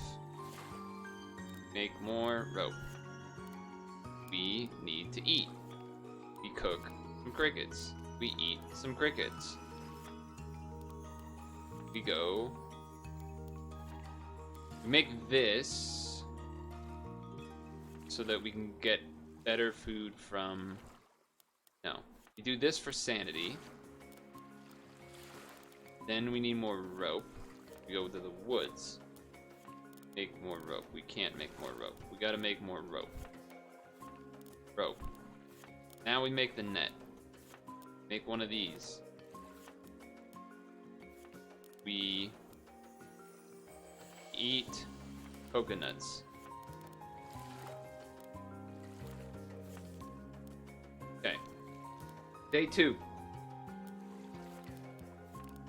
Let's go fishing with our fishing net now. We find something. I think that's we find that the boat is out there now. Yeah. We do this.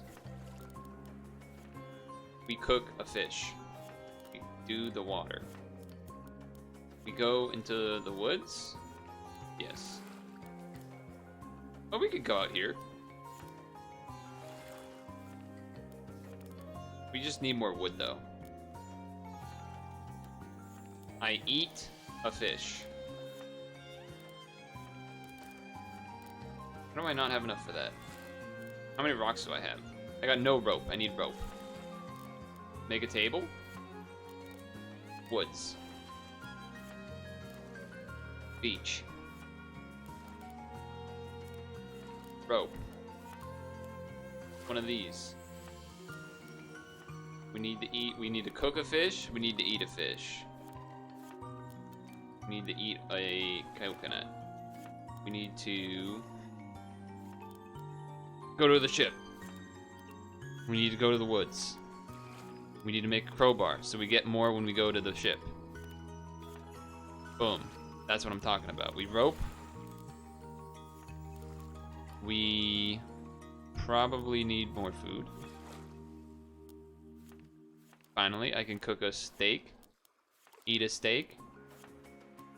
Eat a water.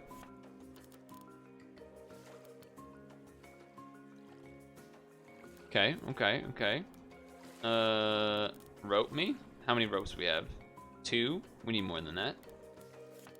Give me a stone. Okay. We need more wood. Go to the woods. Go to the woods again. Rope. Rope. Why can't I make that thing yet? We need more of this. We can cook more of this.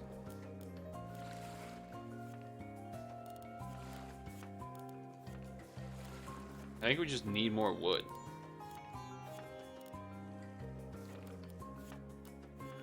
There it is. We should eat a steak. Drink a water. Yeah. Make a boat. Make a lantern. Now what am I lacking now? Maybe that took wood or something? Wood? Day 2 is almost over. Waterfall's unlocked. Because I got the lantern. That's right. Okay. Day 3. Let's visit the waterfall.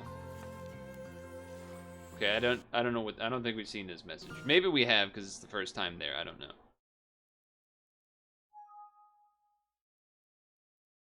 Translate me. I also don't know if we're on the last day or not. I think it's day 3, right? There's only beautiful water in the back. Hydration was my first priority. It doesn't seem to be a problem, even if you use it for a bath. Craft of bath became possible. That doesn't sound that necessary. That's not... Oh, that is what that is. Maybe that's like a sanity thing. Okay. Eat a steak. Go here.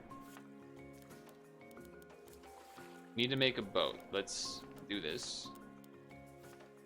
We need water. Drink a coconut. What do you need from me? Need more rope? What do you need?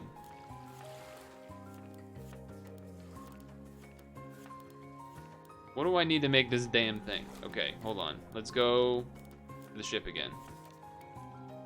Okay, I don't know what this means. Let's see. Also, you know what? Hold on. What day is it? Let me check that.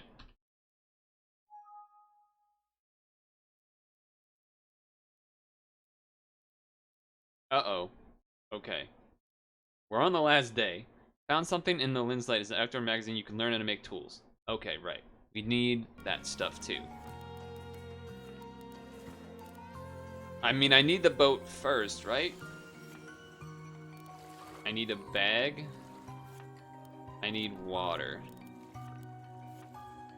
I need this. Okay. If I get... Okay. This is possible. Let's go to the waterfall. That's for just like sanity. I probably should not have gone there. Okay, let's go to this, get some fish and stuff. Cook me a fish. Cook me a steak. I just ate them. I didn't cook them. That's not good. Okay. That was bad. I did that in the wrong order. I was on the wrong screen. Ooh, I can cook me a little scallop though. Where the hell did that go?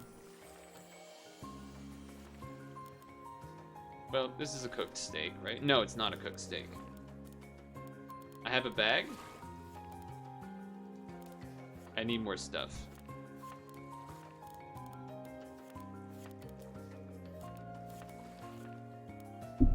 What do I need to make you? I need to go to the boat. There we go. I need to go to the boat again. I need to drink water. I need to cook a steak. This is gonna be tight window.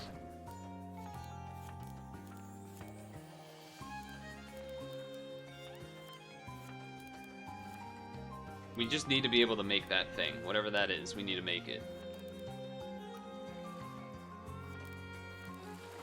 In general, I assume what I need is from the ship. But I might just need more wood. Okay, we gotta translate this to remember what I need here. I need 26 of something, which is a lot, and I'm guessing it's wood. But I also need to make enough food to survive, which currently I'm not in a good position. So we're a little bit concerning territory. 7 laps. Oil, 4. I need a lot of trees. Okay. I need a lot of trees. I need 3 oil. I have 3 oil. I'm not that close to that many trees. But I also need to eat food and cook food. I don't have any of these. Okay. Let's think about that.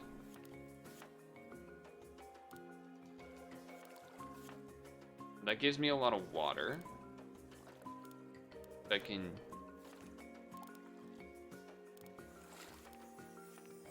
Why can't I cook you? I need to go to the beach?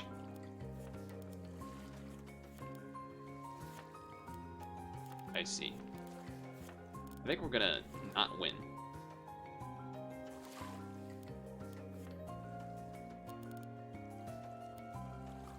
I'm feeling not as great about this run. Especially if we need this. So we gotta stack up on food here right now. That's really good food though. That's really good food though. How did I get that?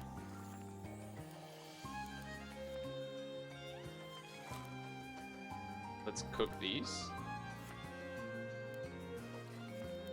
How do I eat those?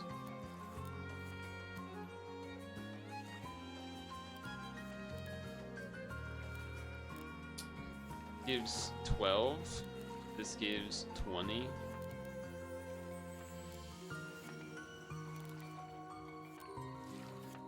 Okay, our food and whatever might be okay. Scary part is can't make this. I don't think we can make this thing in time. Yeah. I don't think we're making it. I don't think we're making it. We'll see. I'm gonna do the translate because I don't remember which thing is where, but I'm not feeling as confident in the last run, which is weird because I thought I did better this run. So I don't know. I don't know if durable 35. That feels like not a good thing. Our moisture is out of control, so I don't know what that means either. But let's go. Our boat is not durable enough. Our boat is not making it. We're gonna do worse this time than last time.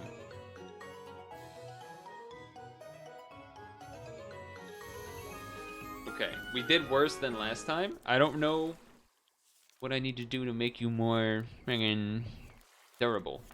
Or speedrunning again, I don't care. I don't care what you have to say.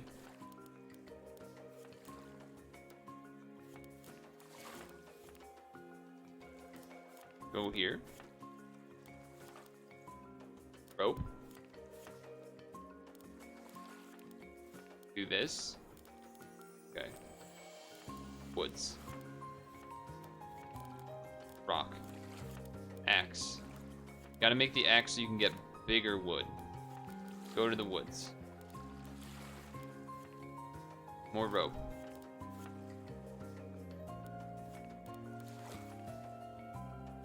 I guess cook some crickets. Eat some crickets. Sure. Drink some water? Okay. Back to the woods. Need this. Need this. Make this. We would like a torch, I think. Is what we would like. Let's go to the beach once. Here once. I cannot make a torch yet. I can make it now. I can make a torch. Okay. Make the torch. That's probably good. Now go here again. Because we want to be able to make rope to make this. That way we can go fishing and catch fish and also uncover the boat. Okay. We want this. We want more wood. We go here. We make a knife, but we need to drink water. So we can't drink water because we got to do this part first. Then we drink water. Then we make a knife. And then we go to the ship. No. We want to make a crowbar. It's day 2. I'm hungry and stuff. This. Table. We need to eat. We need to cook a fish. Eat the fish. Gefilk a fish. Okay. Rope. Woods. I'm firing on cylinders. Rope. Catch me a fish. Thank you. Go to the ship. Thank you. We need to cook another fish. Eat another fish. A cooked fish. Do the water hydration whatever process. Cook a steak. Cook a cricket.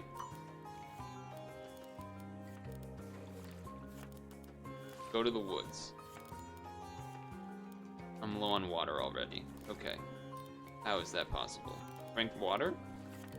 Oh, because I made the things, but I didn't eat the things. Sure. Go to the boat. I want a crowbar, though. Give me a damn crowbar. Maybe I need to go to the ship to get something that I can make a crowbar with? Yeah. Okay. I got some rope, a stone, some stuff. Okay. Let's go to the ship because we want to make a lantern, which we can then use to get to the waterfall. We gotta eat some crickets. We gotta drink some coconuts. We gotta cook some of this. To cook some of this.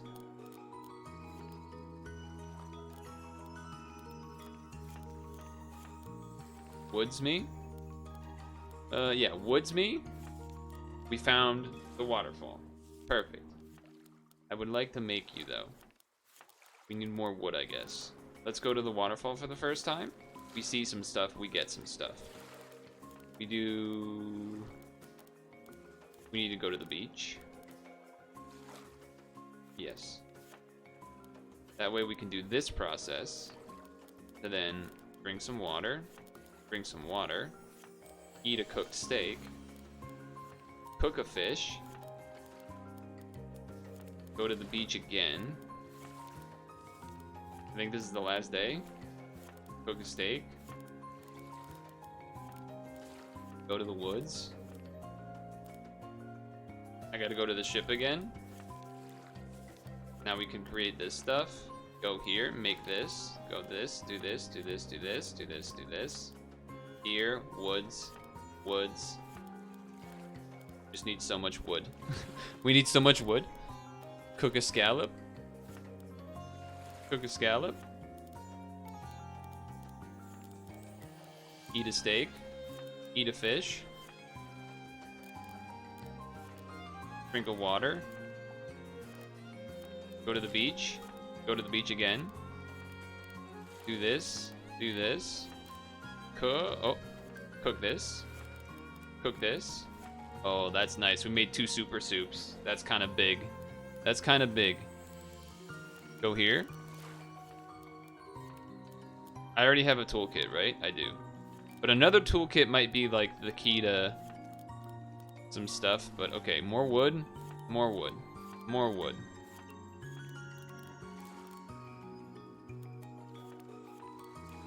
Eat a soup. Eat a soup. Max is 100. Let's not eat a soup. Let's go to the beach. Do this to then cook scallop. To then make another one of these. Eat. Drink a water. Okay.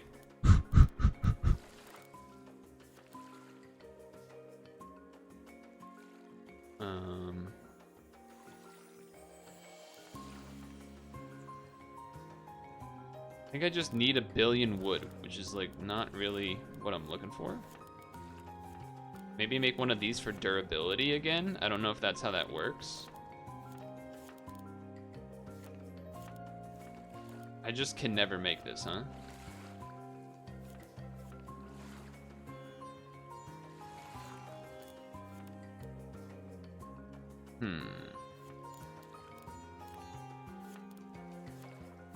We gotta eat a soup.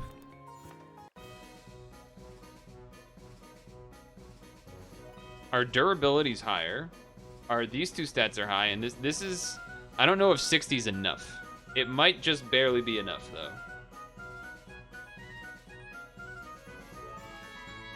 It's gonna be close. Can I live? Come on, get me there. Get me there, get me there, get me there. Yes! I think. I'm assuming it's a yes because it's a different screen. And exclamation points.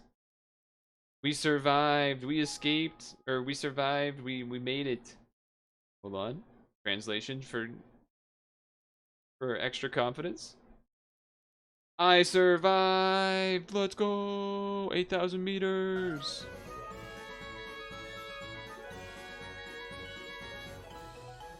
I don't know how the heck you're supposed to make that bath thing, but seems like you need 1 billion wood, and I don't know if it would actually help at all besides just sanity. I don't know if it would do anything besides sanity, so I'm not really worried about it. But yeah, we made it to a new land, so that's hype. That's hype. Okay, let's look at the comments. Let's look at some comments. Cleared. I love this kind of game. I didn't know there was such a thing as a raw meat trap, so I went insane the first time and died. I was able to escape safely. The gallery is also satisfied with the bath. It's a lot of fun. Oh, maybe if you do the bath, it's like, that's like the extra 100%. The background music was good. I can agree with that. The art was good, really, too. Everything was good. Immersed. The experience of exploring and expanding. I wonder if there was other places beyond the 4 places that I discovered. I'm not sure.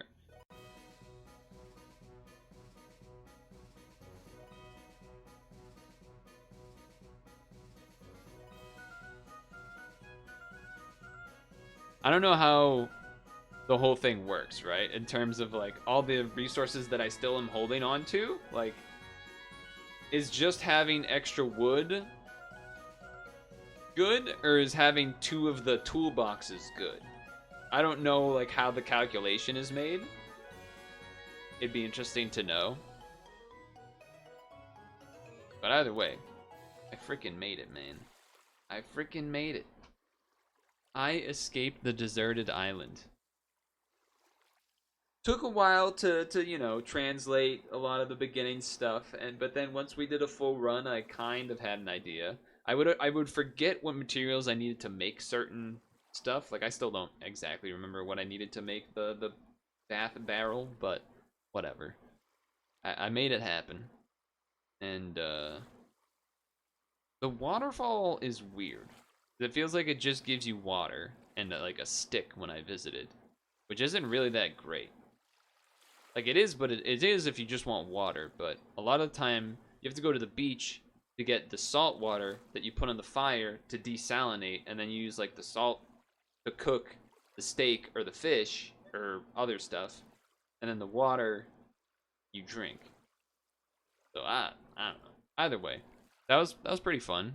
I didn't think I would do. Well, maybe I did. Once we did one full run, it was sort of okay. Now I can, for the most part, make my way through the game. Then it was like, all right, now it's on. Now I got to escape. So that was a good time. I enjoyed it. Hope you did too.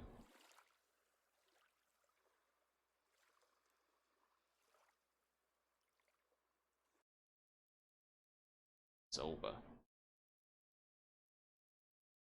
It's over. Number 2 is done. Oh boy, oh boy, oh boy. That was a lot of translating and stuff, but still, good time. Definitely stretch time though, huh? 7:21. What the hell? Also, we can pick up on where we left off on the video that was started before, or not before, but started watching a video while eating, and then because it was long, we paused it about halfway. And it's about the hardest Super Monkey Ball level. We'll pick up on that halfway. I mean, some of you will be lost. That's okay. I also probably should have changed the category to like game demo.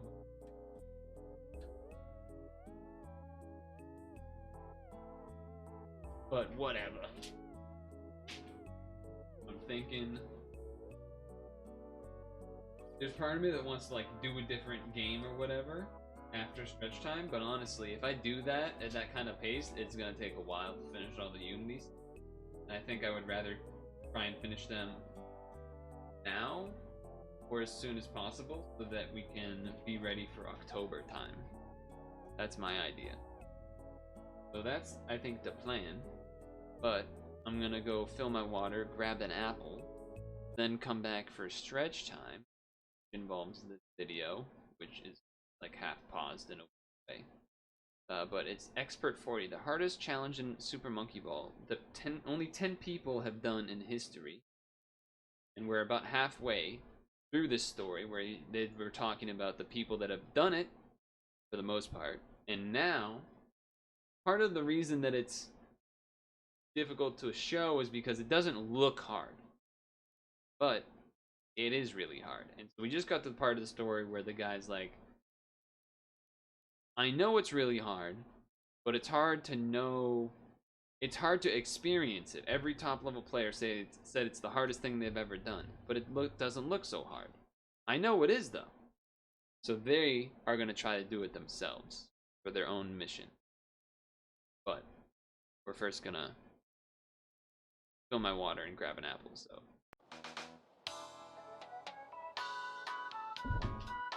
We know your time is valuable. Thank you for holding. Someone will be with you as soon as possible.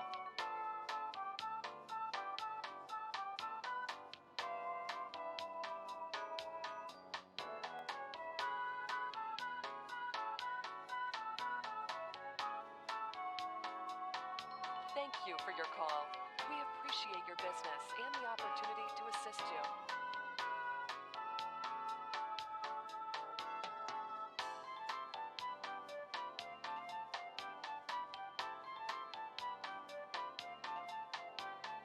We know your time is valuable. Thank you for holding.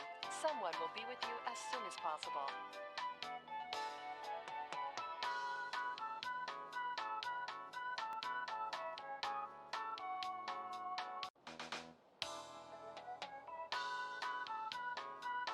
We know your time is valuable. Thank you for holding.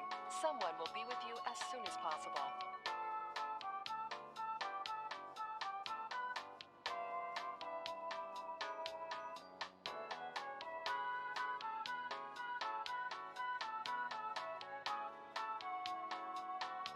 Thank you for your call.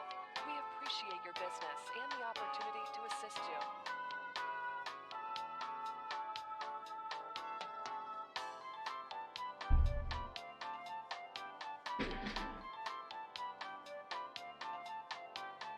We know your time is valuable. Thank you for holding.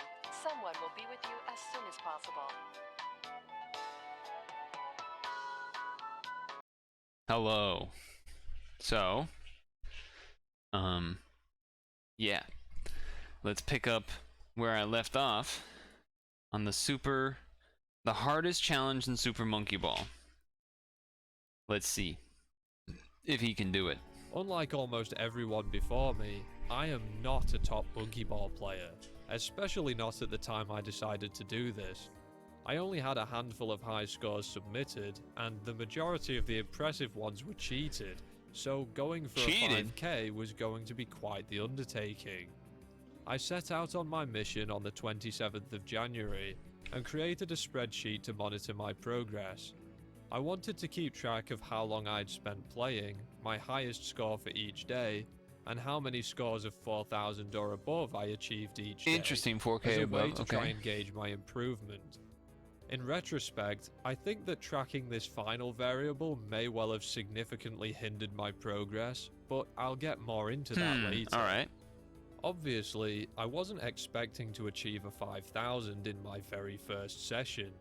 My goal for the day was to familiarize myself with the path I needed to take. I decided the path to use is a little Dogwise weird. route and take the left side, as this is what I felt most comfortable with, and drew out a map to help learn the route. I soon discovered that clearing the first 14 bananas while traveling down the ramp was actually quite a lot more straightforward than I expected, but had very limited success staying on track with the bananas along the straightaway. All too often I would end up miles behind with no hope of catching up, or storming ahead with no chance of slowing down. Yeah, that's what I was saying. It seemed like you have to At the like end of really my manage first speed day, perfect. I finished with 13 scores of 4,000 or higher, and a top score of 4,400, which I achieved 4 times. I had already completely decimated Silver Boxer, and was ranked pretty highly on the Cyberscore charts. By day 2, I was far more familiar with the route and how it looked from a gameplay perspective, Okay. and was ready to lunge into the upper echelons of E40 high Well, that's what he scoring. thinks. In 3 hours of playing, I achieved 45 scores of 4,000 That's a or lot. higher, with my best score of the session being a 4,800. There you go. Tied as the next best score after 5,000. At this No one has a point, 49? I was just a monkey's lunch away from a perfect clear. I thought it was bound to happen anytime soon, and on just my 3rd day of attempts, I achieved this run. Oh, did he get it? Or is it going to be a 49?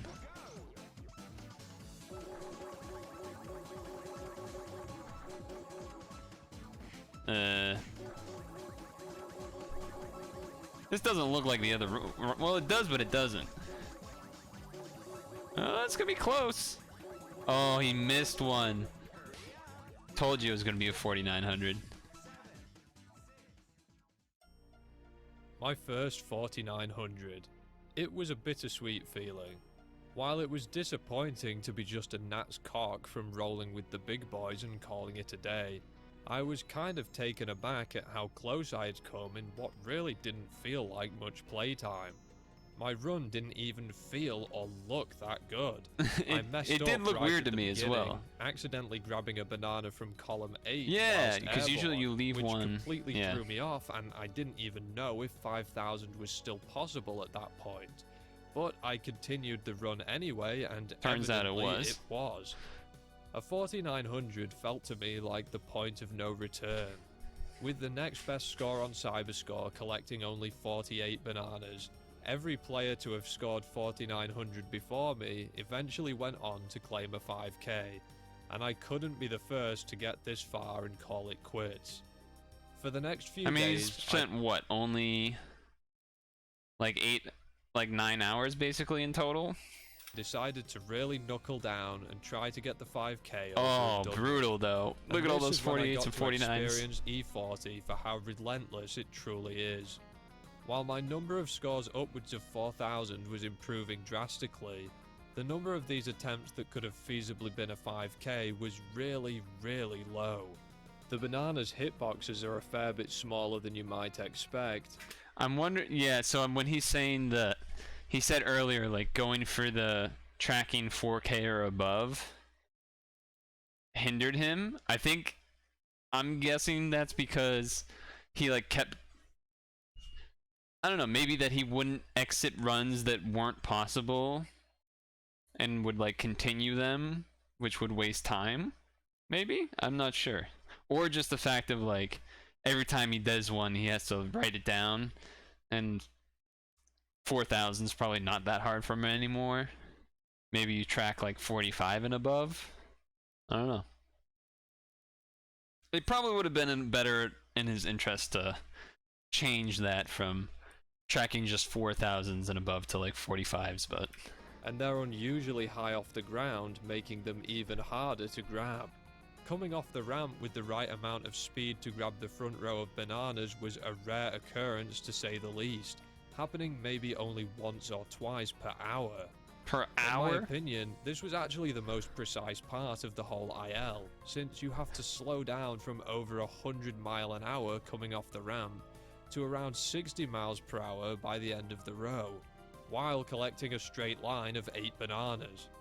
You're then required to maintain a speed around 60 miles an hour to be able to sweep the next set of bananas from rows 3 and 4, with any minute under or over adjustment making a perfect run no longer possible. Having speed management down to a T is key to conquering this challenge. That's gotta be brutal getting so many 49s though. On multiple days. Kinda tough pill to swallow, I would imagine. How the fuck? Okay, so I was switching the headset stuff back to the earbuds, and the earbuds, you know, I unplugged it so I could plug it into the headset before, and then just threw the earbuds on the desk.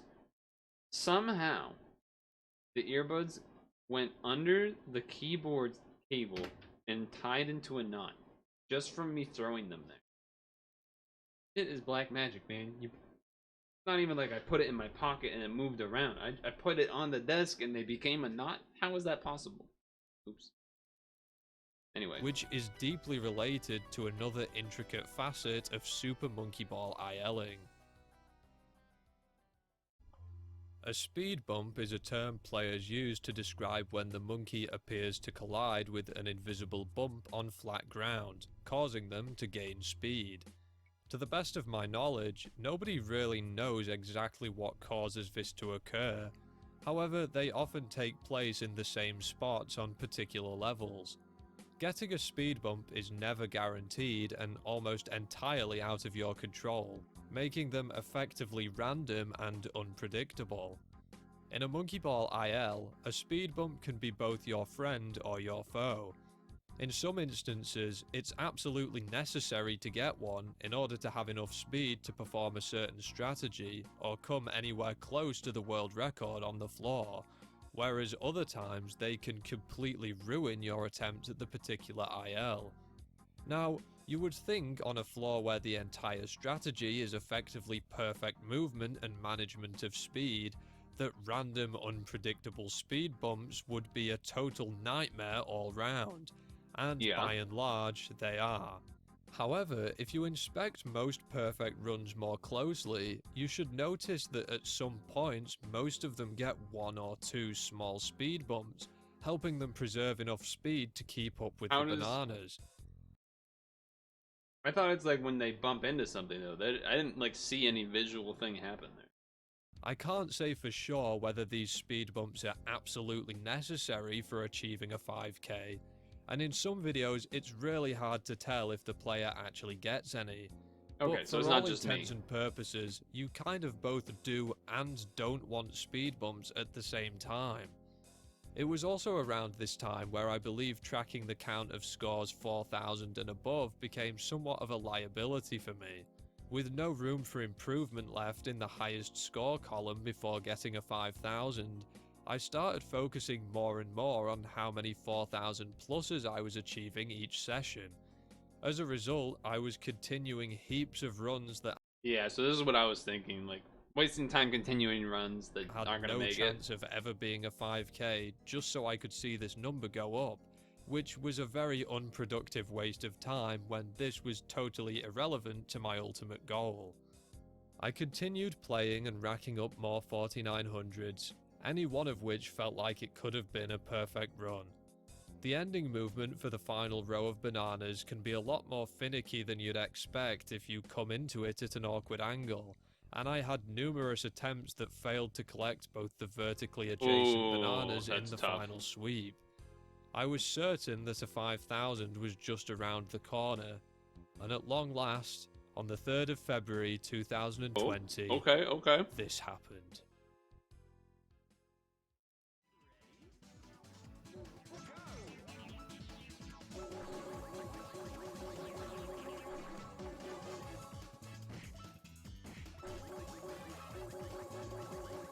Here it comes.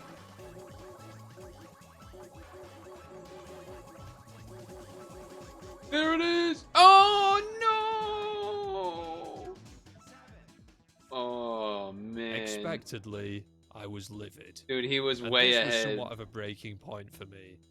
That run really felt like it should have been a wrap on E40, but instead was one of the most stunning instances of total ineptitude in the history of Super Monkey Ball. Yeah, that was rough. I managed to squeeze out one final short session the next day, adding one last 4900 to the pile, but by then all of my motivation was gone, and I decided to take an indefinite break from the floor. Aw. During my time away, an up-and-coming master of some of the game's most difficult ILs, Eddie0777, teed up E40 as one of his first ridiculously long IL grinds. Following a 67-hour-long rendezvous with the floor What? and 18 scores of 4900, Eddie was successful in achieving a 5k on the 29th of May 2021. Rather tragically, 66.5 hours into his efforts, Eddie discovered that the entire time he had been playing with a faulty controller that wasn't registering his thumbstick inputs at full strength, and on his first day of attempts using a correctly functioning thumbstick, he achieved a 5000 in just 30 minutes. Well then. By August of that year, I decided it was time to lace up my banana boots once more and return to the floor myself after an almost 18-month-long hiatus. There was no particular newfound motivation behind my return, nor was I particularly concerned with even getting a 5k. I was just in the mood for some monkey ball and wanted to try some ILs after a long break from the game. By then, I had significantly more reliable internet and decided to livestream my attempts to Twitch, which I found made Always with the anime profile picture. Well, I guess it's not a profile picture, but always gotta have a giant anime thing. playing a lot more enjoyable. So many speedrunners. I also made a point of trying to stop focusing on my 4000 plus count so much, as by then I'd realised it had been weighing significantly on my progress. On my first day back, I played for almost 5 hours and was already back in the groove with my best score Already of the at day 49. being another 4900. I continued to play for the next few days, but wasn't pushing myself as hard as before, or at least I didn't feel like I was. I had a best score of 4900 every day I mean, it's just around the played, corner at that and point. even had another heartbreaking attempt that collected all but the final banana.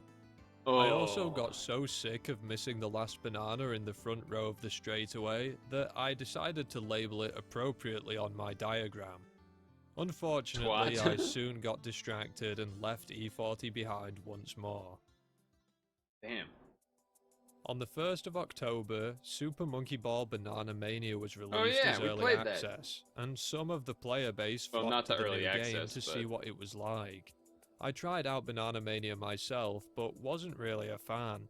The controls felt completely distant from the originals, high scores weren't tracked in any capacity, and I'd already played all of the levels hundreds if not thousands of times That's before. fair. That's fair. With Banana Mania failing to scratch my scrotal itch for Monkey Ball, I decided to go Scrotal. back to SMB1 and play E40 once again. And on the 3rd of October 2021, I went live with some more attempts. Okay, almost a year ago from today. Yeah, should we play a game? Someone in the chat shout a score out and I'll get that score. Okay, 5,000. Oh, shut up. I knew I should have expected it.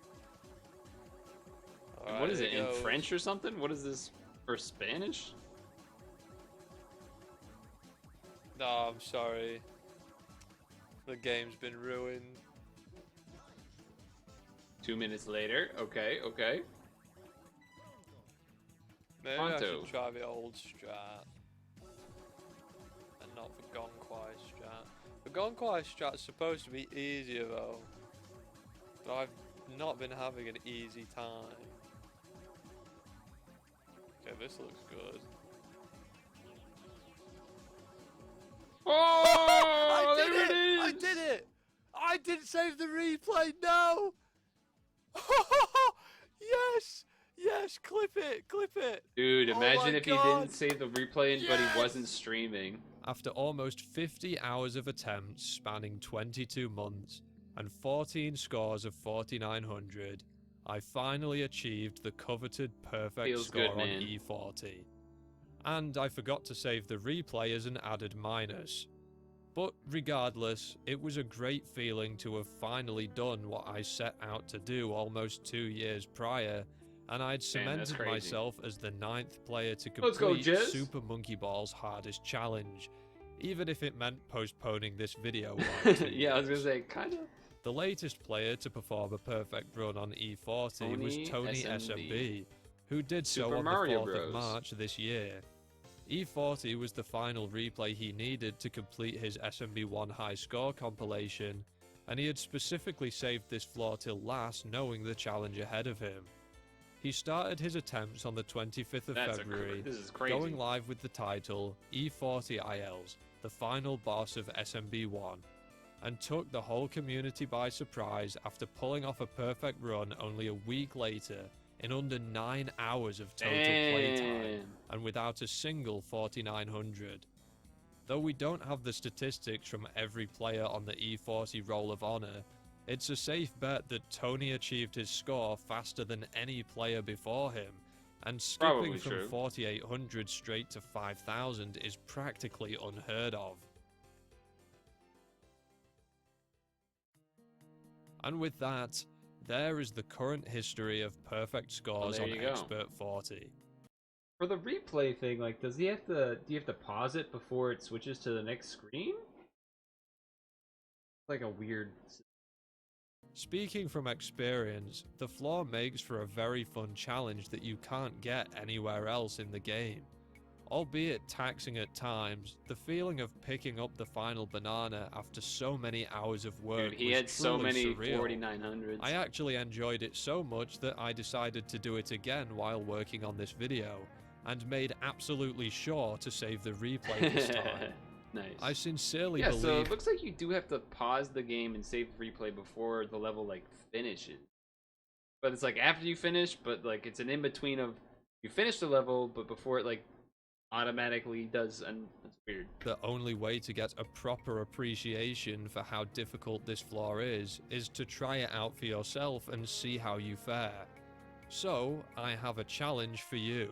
Oh, Effective immediately upon this video going public, I will be holding an E40 contest in the Super Monkey Ball Elite Discord. In order to enter, post a video of yourself scoring 4,100 or more in the contest channel of the server. A score of 4,100 will be worth 1 entry, 4,200 will so be if you worth get 2 more, entries, okay. 4,300 will be worth 3 entries, and so on. The video you post must be a live recording from practice mode and not an in-game replay. Why is Any that? kind of pausing during your attempt is strictly not allowed. Using an emulator is fine, and Really? if you already have a 5K, then I'm sorry, but you're not allowed to compete. At the beginning of August, I'll have Gonquai randomly select an entrant to receive a copy of Marble Maid and an It's a random exclusive game. vector graphic logo drawn by Gonquai himself. That's neat. I will announce the winner both in the SMB Elite Discord and on the community tab of my channel. And in the That's, case any new 5,000s are achieved, I'll keep the pinned comment on this video updated with a full list of perfect runs. Let's see. Any new runs? Thanks for watching, everyone. There's a new and one. Best of luck if you decide Oh, to wait, no. compete. Cheers. Is that a new one? It is a new one. Hold on. Pause. Pause. Pause champ. Look. This is him and this is Tony. And there's, I'm guessing, a Japanese player that's done it. Hey, Randall. What's going on? Was just doing stretch break while I ate my apple as well. But I just finished that. You been playing any Magicka? Not like Magicka, you know what I mean. Magic. I just said it. Silly. Like a goof. I actually just did yesterday an at-home. I got 2 pre-release kits for Dominaria United when it came out, and then finally had the time to play with my friend yesterday. Both opened them yesterday and did it. It was a good time. Streaming Double Masters, haven't streamed since it ended. There. I don't actually know if, I'm not 100% on this, but I'm pretty sure that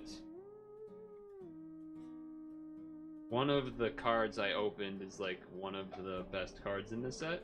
I mean, it's not Liliana Veil, right? But I think it's one of the ones that's seen a lot of play or is more expensive or something. Find it. I actually have it right here.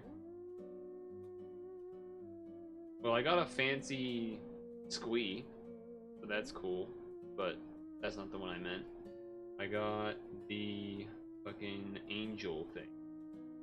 Archangel of Wrath. Got kicker with black and red. You kick it once, deals 2 damage to anything. If you kick it a second time, it deals 2 damage to anything, and it's got flying and lifelink. I also opened Karn in my pack. Yeah, these are from Dominaria United. I did the pre-release. I bought 2 of these, and then my friend and I finally able to actually open them yesterday and play with each other. Because when I went to the store, the LGS rather, there was no one there to do a pre-release, so I was like, ow, underrated limited card. Yeah, I don't think it was that great, but I played it because it was like, come on, I opened it. I'm gonna, yeah, right. You know what I mean? The Archangel is pretty nuts though.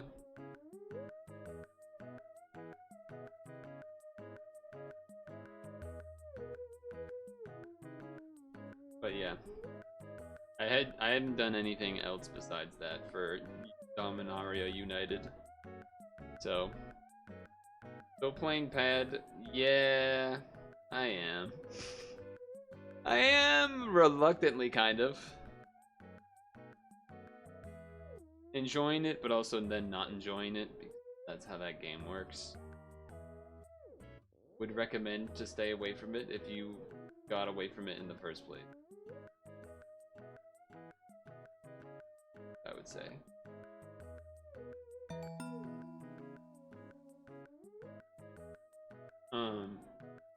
Yeah. I think that's a good thing for you to be away from it.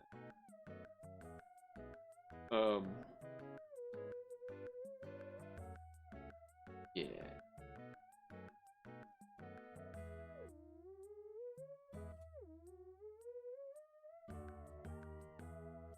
Yeah, I'm trying to think if there's anything else particularly interesting. I tried the Omega Strikers game that came out. It was pretty fun. I think it was a good time.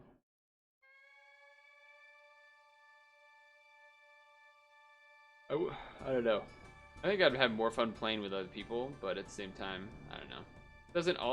It's like fun, but not fun enough to grind and like play a bunch. Like it was fun, but I had my fill. It was all right. Playing a lot of Dead Cells, seem to always go back to that every few months. what we've been doing today is Unity Game Jam games, because this Game Jam just finished, and the rankings just finished, rather, today or yesterday. We were going through individual category winners and stuff. We did the mussel sushi and the deserted island, and that's survived those.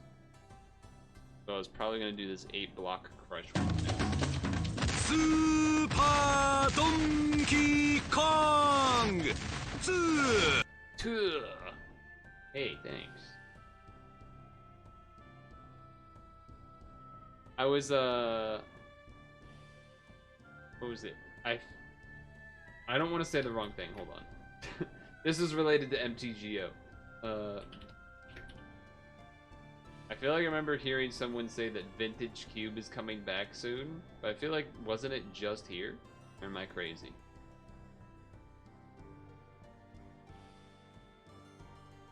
I don't actually know, because I don't play Magic Online, but I had someone's stream open that mentioned it. I forget. Vintage Cube was just here. Yeah, okay, that's what I thought. It was just here. So I think the person, whoever was that said it, was lying or whatever. Was there any new fancy event coming along, or is it just still like Dominaria Limited, which most people will just do on Arena instead? Seems like they usually try to keep some sort of non-normal event, like some sort of cube or like a, what do they do? What's it called when they do like phantom drafts of like really old sets, really old. Like didn't they do like Odyssey Phantom Draft or something? But there was a name they used for that thing. I don't know. Like a flashback? Is that it? Is that a flashback event or something? They do that sometimes. I don't know. I have to pee though. But thanks for Prime Gaming subscription. They got one going right now. You can draft Mirrodin. I see. Yeah, I never. So when I was playing Magic the first time, Mirrodin was out. I don't know if it came out and was like a new thing that was I basically never drafted in a store, ever, until I came back to Magic later. But even then, it was like I mostly would do pre-releases when I came back, and then like maybe a draft or two. But I think I've only done 1 or 2 drafts in. But back then, it was drafts like at someone's house.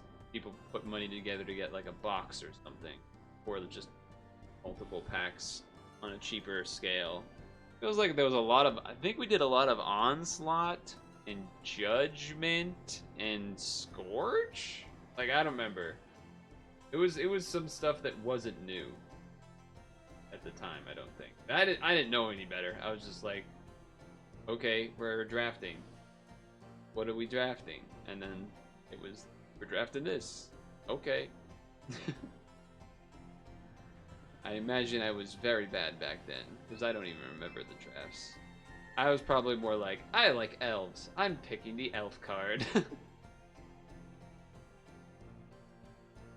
But yeah. Mirrodin, Darksteel. I guess Darksteel was kind of one of Magic was best before learning the rules. Well, like, we knew rules for the most... Like, we knew the rules, but, like, not... We knew rules when actually playing the game, but we didn't know rules when... Rules in terms of methods of operation for, like, optimally drafting or something like that, so... When we would just play the regular kitchen table with, like, I would have an elf deck or whatever. That part was all fine, but actually drafting, I can't imagine it was that great. I don't know though. But so for example, do you know the card Decimate? Like 2 red green or green red, whatever. 2 and then a red green. And it's like destroy target land, target creature, target artifact, target enchantment, I think. Something like that. It like kills 4 things. And that was one of the few rule things we would get wrong. Because the way I thought of it was like, okay, I could play it and I get to kill 4 things. If they don't have one of them, who cares? And like, so if they didn't have an artifact or enchantment, it was like, oh, well, whatever. I just won't kill anything of that. I'll kill the other 3 things. But the way it actually works, I think, is you actually need to have a target for everything. So there has to be for each of them, which is a shame. Because I bought like, I think that was one of the few cards I think I bought singles of. So I think I have 4 of those. It would be busted, but at the time, at the time I was like, this is busted. I gotta buy this. I gotta play this card. It would be sweet. So like you said, it was better when we didn't know the rules.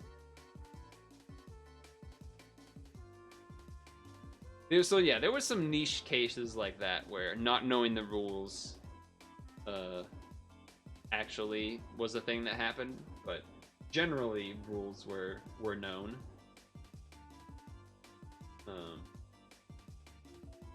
Although we also would do, instead of like flipping a coin to decide who goes first, we would do the thing, I don't know if you've ever did this, where like each person, like you take your deck and you like cut it at a random point and show the card, and whichever card had the higher mana value was the one that got to like go first, which pretty obviously has some significant unfairness if you're playing a deck that has lots of cheap cards.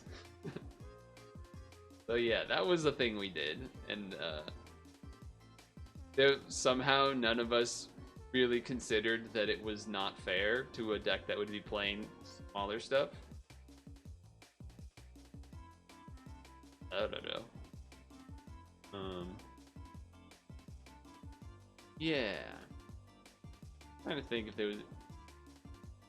I don't know. I don't think there was anything else that stood out that much. I guess. Yeah, It was definitely kitchen table-y, except for those occasional drafts that happened a handful of times. Give a better chance to go first for the bigger clunky deck. Yeah. I think so that led to me, I think at the time I had like my elf deck, but then I had like a couple of cards. I forget there was one, I know it's in the deck still probably, I can find it, but it was like some giant ooze that had a mana cost that was like kind of high. Not crazy high, but and its power was equal to like the total power and toughness of your board, or the number of creatures, or the mana values of all your creatures. I don't know, it was something like that.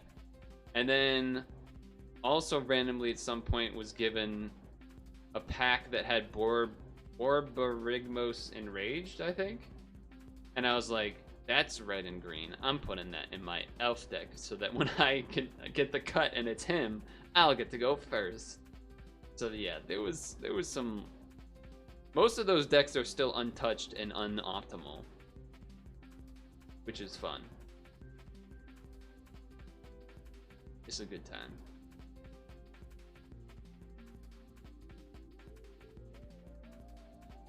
I don't know if this is like a bad memory thing, but yeah, I don't remember a lot of the rest of. I remember vague details, but beyond some of those specific scenario things I've mentioned already, I think for the most part rules were fine. I imagine there was like some priority stuff potentially going wrong at points. Like who has to cast their pump spell first or whatever, that kind of thing. I would imagine that was something that could have gone wrong. But in general, most stuff was pretty kosher and correct. Not like we knew of the stack and whatnot. Made your friends unfriend, yeah. We had a good enough grasp that I don't think that was ever an issue. What we did end up doing sometimes, me and my brother, is that if we had, like, we each had like one deck. My elf deck had an infinite combo, but it was like I needed 4 elves, 1 specific elf, and then an enchantment. And so I was like, all right, well, that's not that hard to hit. Or that's kind of hard to put together. But then he had a squirrel deck that had Squirrel's Nest and then Earthcraft, which is an infinite combo. So after the like first couple times of the novelty of that, because that's like way too easy to pull off, what would happen is he would draw the Earthcraft and be like, it's Earthcraft. And I'm like, okay. And then he would basically like put that card in the graveyard and draw a new card instead. Like, let's keep playing the game, because that's, yeah, just like ignored that he drew it. Your first set of Magic friends, your actual Magic friend, ended up becoming some of the best ever. Nice.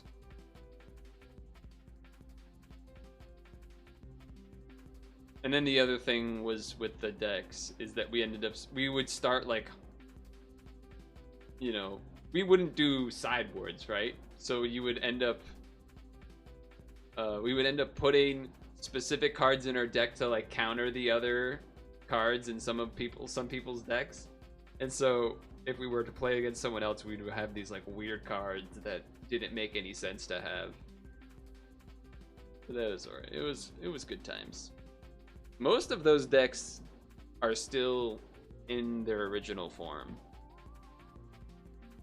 My brother had a Rabid Wombat deck, which now would be so much worse than just Boggles. It's like a bad version of Boggles, because it's Rabid Wombat. He gets like boosted for each aura attached to him. A Jester's Cap. Gee.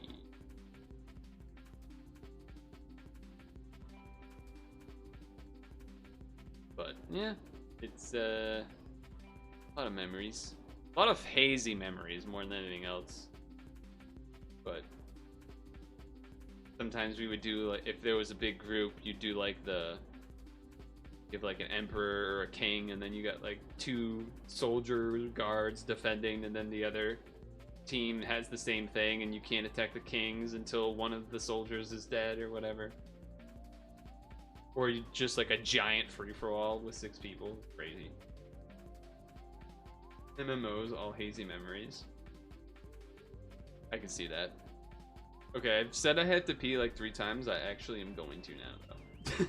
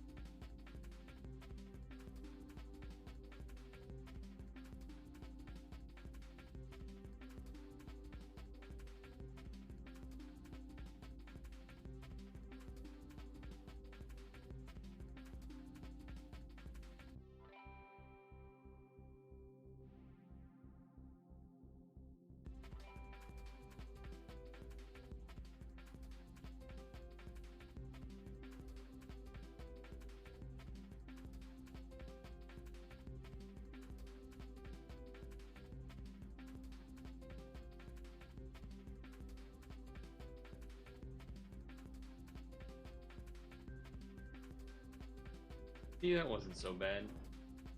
Yeah, I never really did the MMO thing. No RuneScape, no WoW, none of that shenanigans.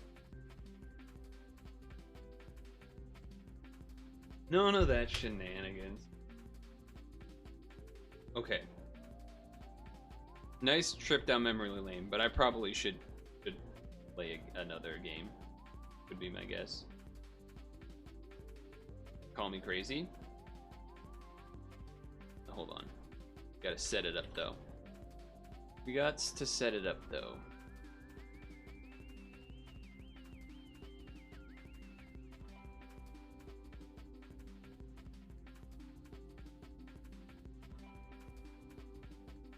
Okay.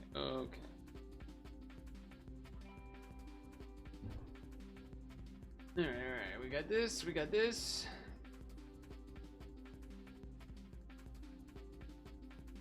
Okay, and then we got this, and we got this. There's.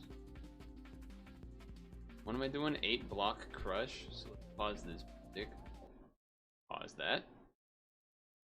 And then, what song do we want to do? Let's do.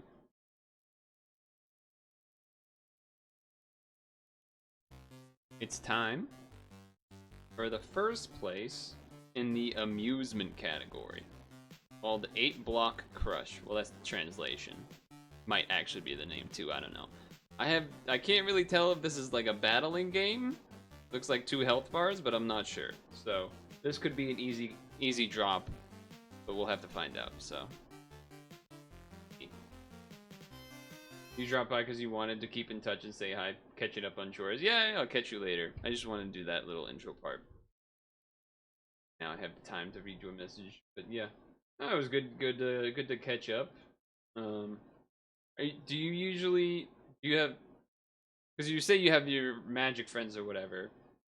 Do you still play with them, or is it more like now you just talk to them as friends or whatnot? I guess that's maybe asking questions. You're trying to do chores. I'm trying to make you type. Either way, good to see you. 10+ years. Okay. So more of a. I got you. I understand.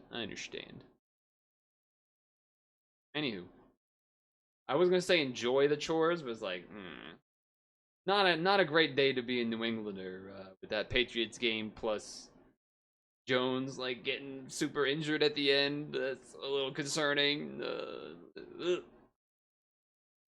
That was a painful game in the last quarter. Plenty of opportunities that just all went wrong at every moment. So, new friends, nice. Have a good one. All right, we're back here. Okay. Let's read the introduction. You can make your own aircraft by combining 8 blocks. Let's battle with other players' aircrafts and accumulate rate points to aim for top ranking. Even while you're not playing, your rate points will fluctuate depending on the battles you set up. Once you've beaten an opponent once, you can battle again later after winning 8 times against others. The battle process happens automatically. When it begins, they'll attract each other and fight. When a block with attack power collides, it becomes 0. Okay. Method of operation. None registered. So we gotta be clicking around. Let's see. Fade out. It looks like it has music because there's a volume slider. But let's first crop it.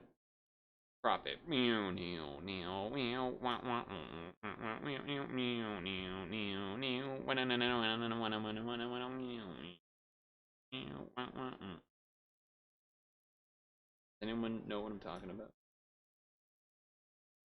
That song? That song with the music? The noise? And then move me, maybe? Move me over here? Let's try over here. Okay, I'm over here. Let's see if this has music. Hell yeah. Turn it down a little bit, but what's this button do? Okay, this pulls up the ranking, I think. Some battlers, okay. So I'm concerned that this is gonna look for people for me to fight that don't exist. Oh boy. Okay.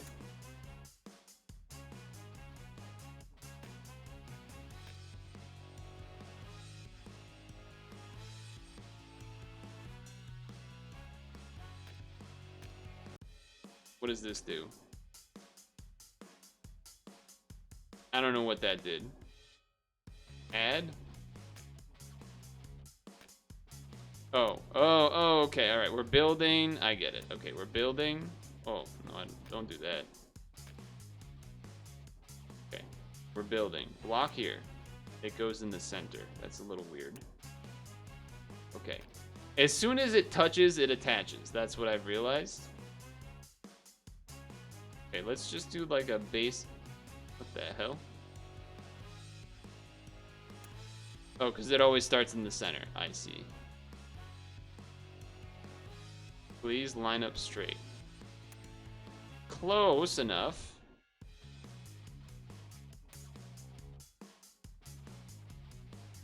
Do a good old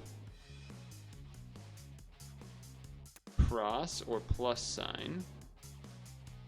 Oh, the color is attack and the blue is defense. Interesting. And then we can rotate. So, I mean, rotate attack, that seems like that makes sense. And then I want to stretch it. Oh, that's weird. You can make it just big, but it doesn't, like, thin out. I don't know what this bar does, but let's put it on the end. I wish I could just copy that, but okay.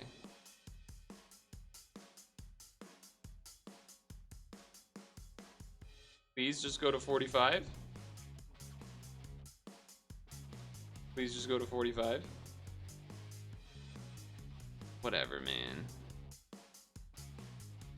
I don't know what I'm doing. I'm making a thing. Attack. On each end. That was not. Oh, what? I can't put anything more? Alright, whatever. Okay, time to translate to find out what this button does. I feel like this is the battle button, and I'm not going to be able to find anyone. Let's see. Let's...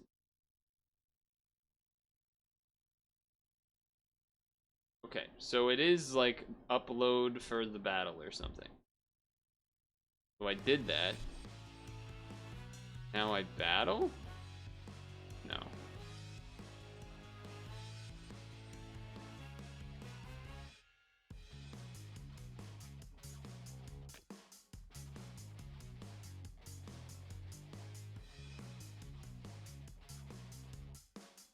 Am I in here now?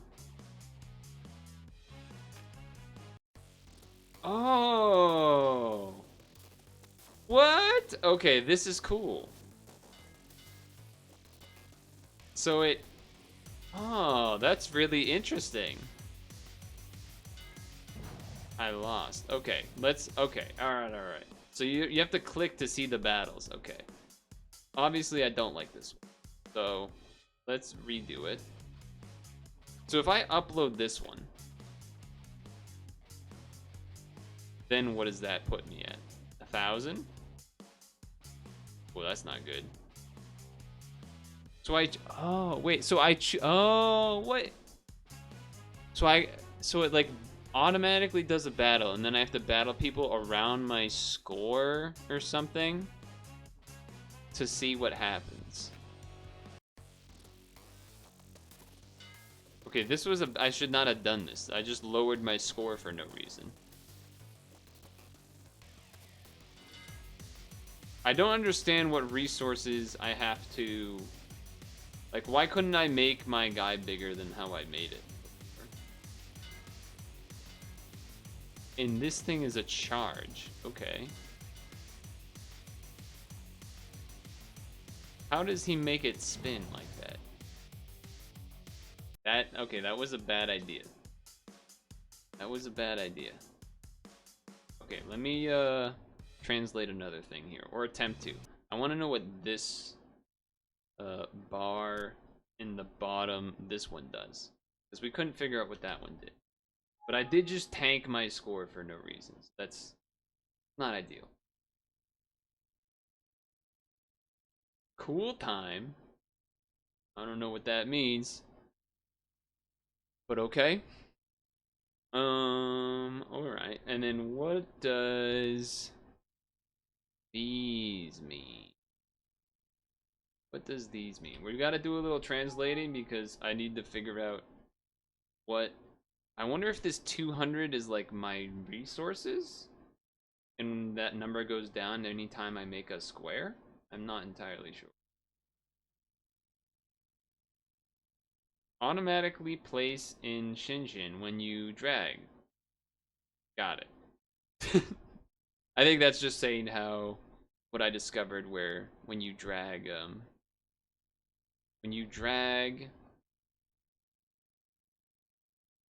stuff, they automatically connect together, which I kind of figured out already.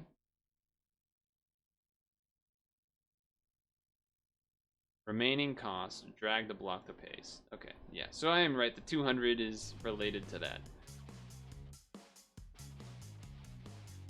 Ah, you see if I do the slider, it makes this cost more. Okay. Interesting. Let's do. But what does the defense one do? Because it still did damage when the defense one hit my default square guy.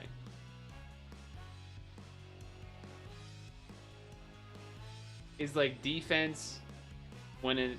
Oh, defense is probably like. Because it had a cooldown thing, right? So when it touches a defense, it maybe doesn't hurt me. When it touches an attack, it does extra damage? Maybe? I don't know, that's a theory. Let's go 20 defense. Wait, can I like both? Oh, you could do both at the same time like that other guy. Interesting. Okay. In that case, let's start with a square. Seems like that makes sense. Now, let's become long. No. Do I want to become long? If I become long and then rotate. 45.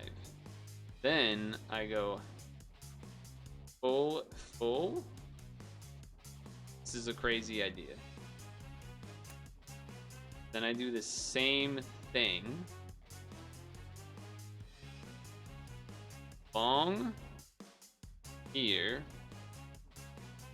45. Full.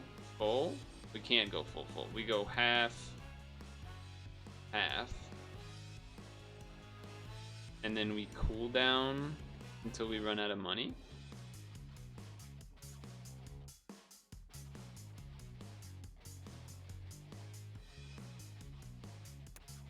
And then we try. No! Wrong button. Damn it. Alright, we try again. Long. Rotate. This time, we go 30. We place. Long. Rotate. 30.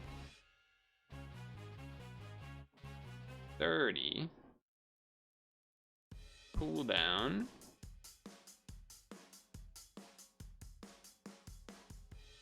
Place.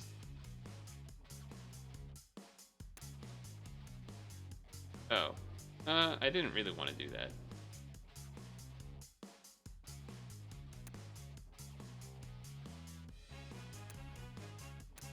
That's not... Okay, well. Whatever. Oh, HP costs money too. Whatever. Let's try it. This is terrible. This is terrible, but let's fucking get in there, alright?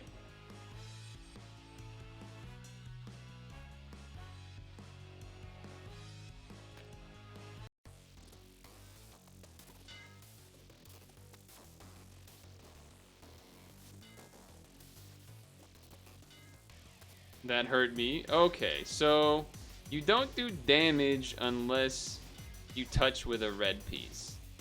But you need 8 blocks. And defense just bounces off. Okay, I'm beginning to understand.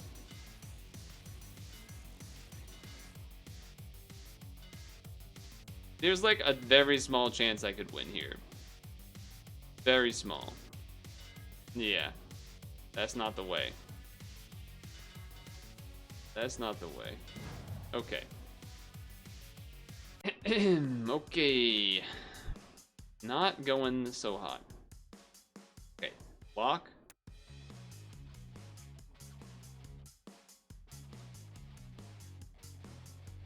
Can I like reset you please to like default or something? Why can't I put you on 0? Why do you gotta be 1 degree off?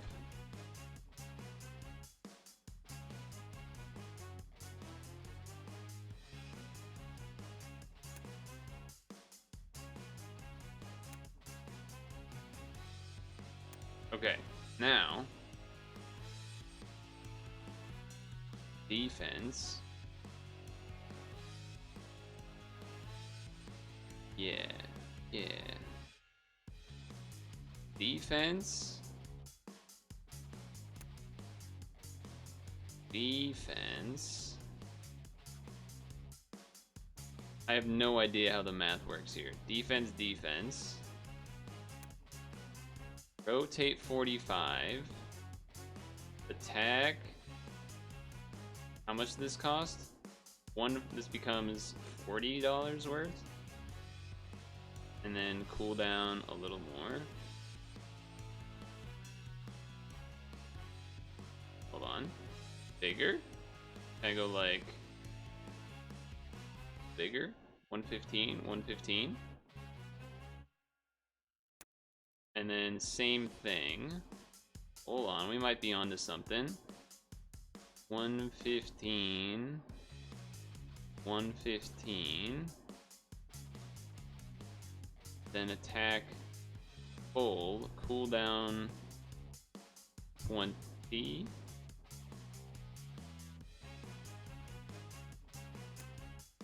And then HP the rest. Boom.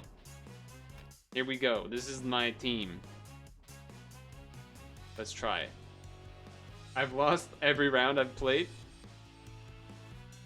Surely this will be the one copium.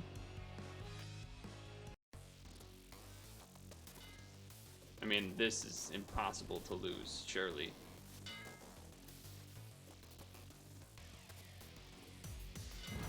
Let's go. Plus 15. We go again. We go again. I gotta at least get back to above 1K. Okay. I see you. I see you. I did more damage than he did.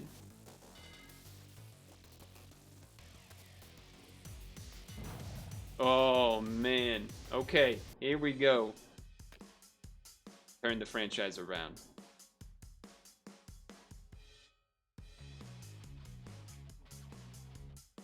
Go with no names.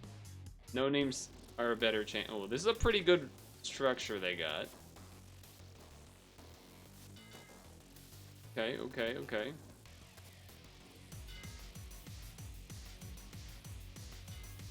I do be spinning though. I do be spinning. Oh, it's over. It's over. Let's go again. I don't think there's been a single game that has been like this, where you can use the ranking to like fight and simulate. It's very cool. That did more damage? Oh, because it's got a defense thing on it. That actually makes sense. Okay, I am winning though. Yeah, we don't want to hit their defense and attack shield, but okay. Turnips and rutabagas are the same thing? Is that true? Wait, I accidentally clicked Microsoft Word. When did this happen?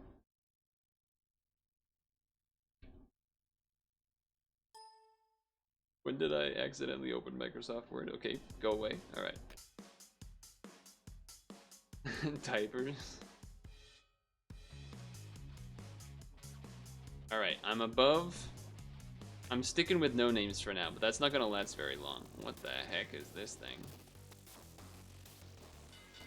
Okay, we're like tied. I'm winning. Oh, that would have been a good hit in that spot. Okay, now we're definitely winning. Come on, finish him off. Easy. Let's go. We gotta climb rank to see what the actual good ones look like. I don't think my strat is perfect by any means. Okay, Mogwa. What do you got? Okay, well, we should probably beat this, right? They got a lot of HP, but I gotta think mine is a little more carefully created, right? I mean, come on.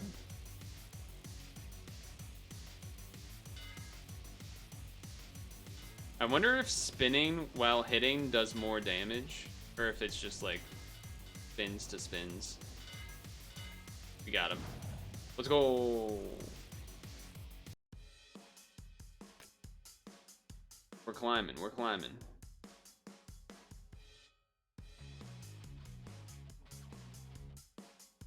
We're going to next two.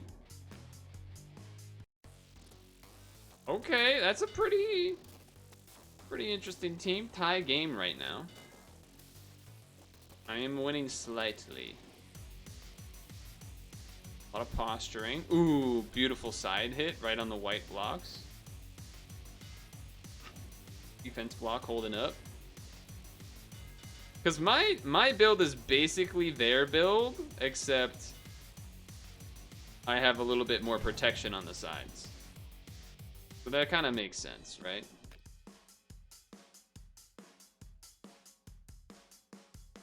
Makes sense to me. More no-names, we're taking them down. I would be very sad if I lost to this.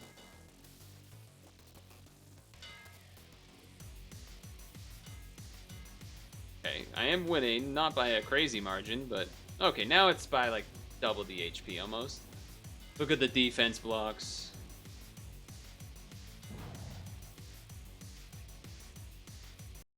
This is what we play for!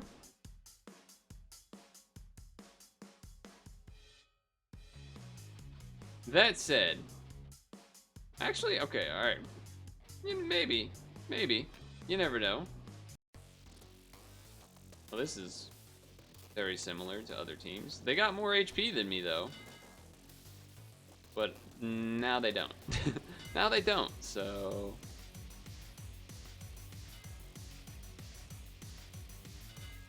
I wonder how much testing the dev had to do to figure out like what a good resource number would be. Like how much gold or whatever it is to start with, you know?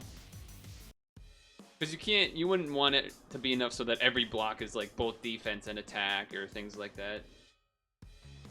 I'd be curious to know how that was figured out. This is a weird thing to have to test for. Same Mizu! Alright, we're fighting Same Mizu. Okay, similar build, but mine does have more shield, but he has a lot more HP. Okay, Same Mizu, I see you. They're winning by 40 right now. Now I'm winning, though. Oh, it's neck and neck. Oh, they got a good hit there. I'm winning by 2 HP. Dude, I'm getting juggled. What the hell? Oh, how did that not hit? Oh, 2 HP! Holy... Same Mizu, I'm calling you out.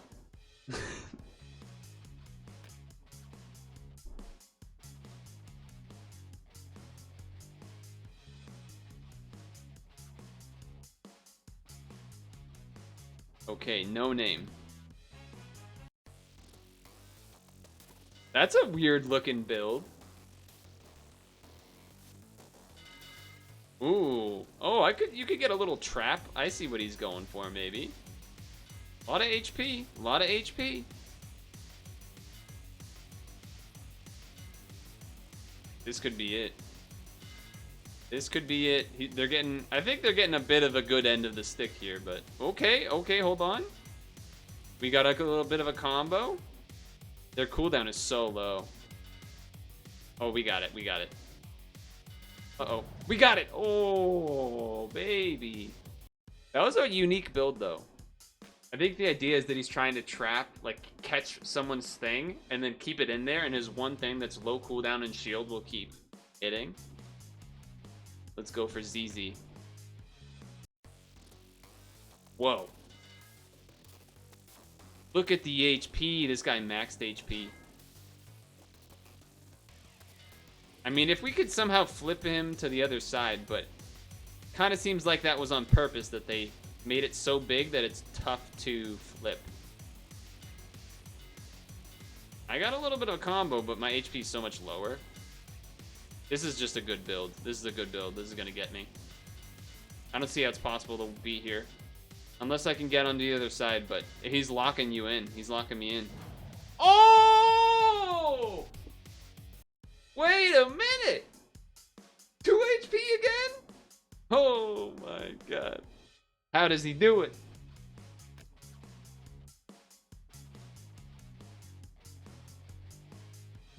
That was a miracle. Okay, let's go for the Goth.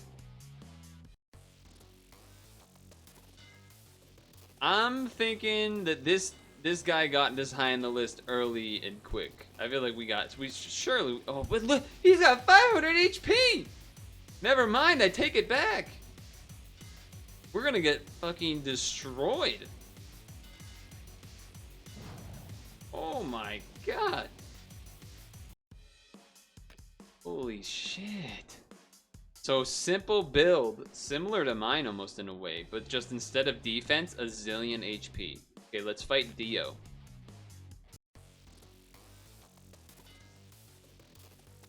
Seeing a lot of high HPs now. I think this build is pretty good that they have here.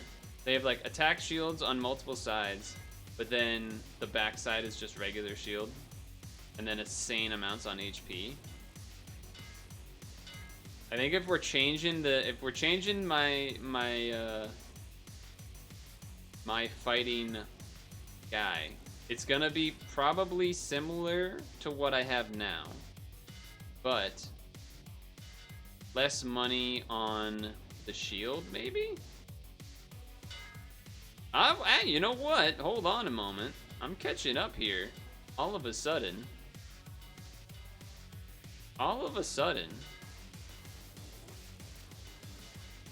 That's a kill. That's a kill.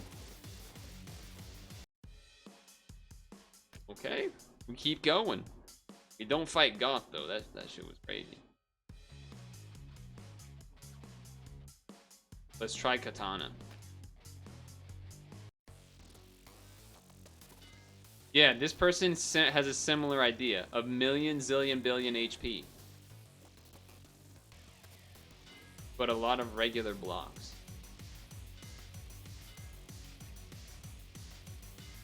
Oh, that was good. That was not as good. Touch? Oh, how did that not touch? Touch? Good. I mean, this is close. This is close. Closer than it may seem. My big shields are tanking a lot of big hits. Ooh, that one was a little tough though. Yeah, our attack ones can't hit their attack ones. That's the thing. Our attacks have to hit non-attack ones. Maybe if I give it a little shield or something instead. I don't know. 1153. We found our first plateau. Go to Manti. Yeah, look at all these all these guys now are just running max HP, and then like a little dudes.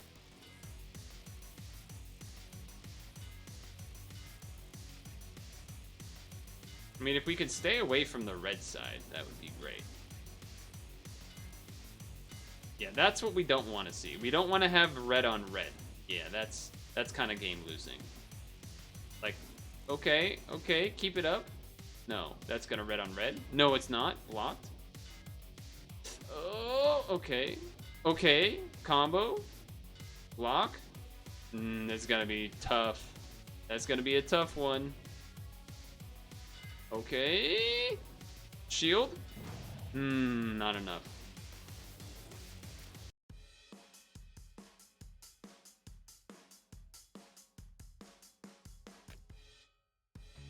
So I think what I would do if I were to remake this build, instead of doing the cooldown, I would do the give my attack thing a little more shield. Okay, me and this guy more traditional. He's got only 100 HP, but he's got a lot of Like, it's hard to get a good hit on him. He's at 100 HP. Guy's an engineering genius. Yeah, look at this. I can't touch him. This is a cool build I got. This seems like almost unbeatable. Okay, I got nothing still. They must be 100 defense shields, because they're never taking any damage. Yeah, this is this is... I feel like this thing that he's got created can beat anything. How are you supposed to beat this?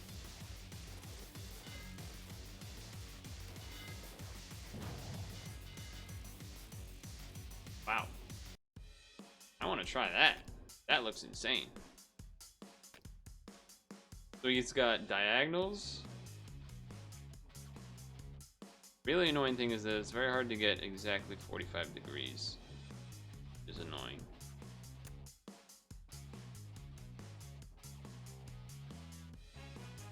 What he did like this.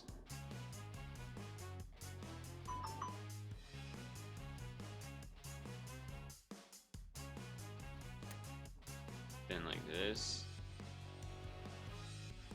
Okay.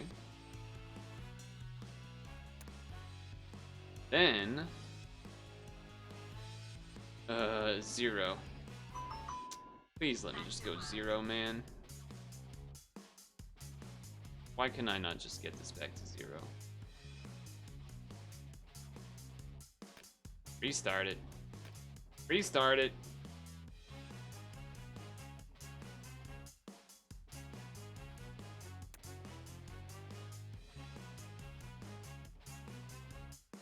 How is the slider this stupid?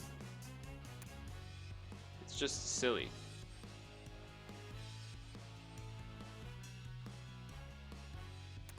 Okay, this is looking good.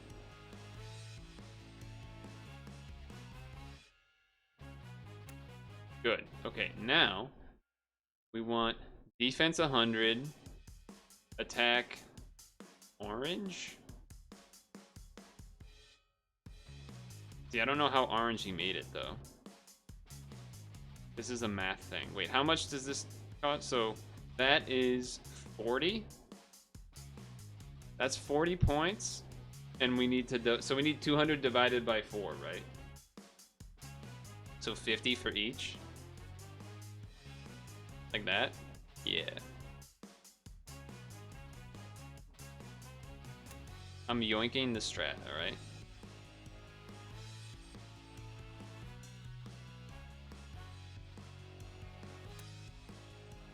We're yoinking the strat.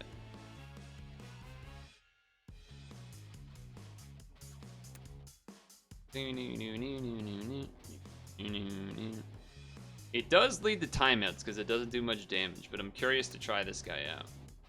No HP, that can be done. Let's try it. Let's try it.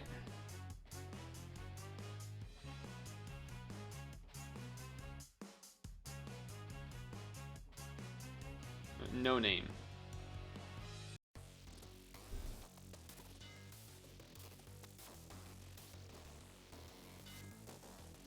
What the heck? The whole time when I fought this build, I never got any hits, and this guy instantly gets a hit.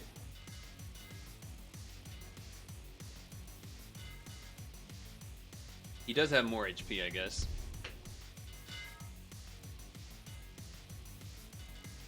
I'm chipping away, but it's not enough. Not enough damage.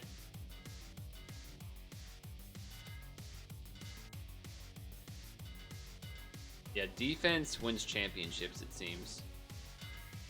I wonder if it's by percentage or if it's by full HP. If it's by percentage, there is a chance. I just need, like, some good hits. Probably not enough. Not enough. I think I'm losing. Damn. Let's go back to old reliable for a second.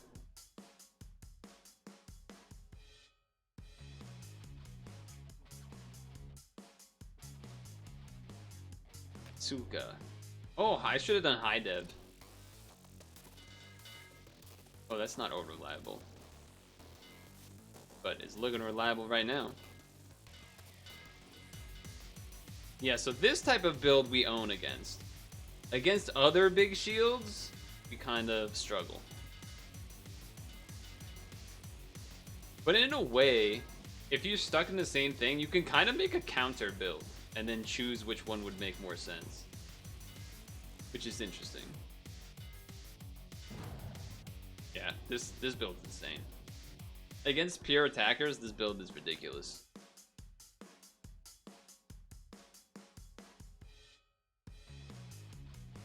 So, let's battle Daika. Shit, this is the same guy. This is just gonna time out. There's no way.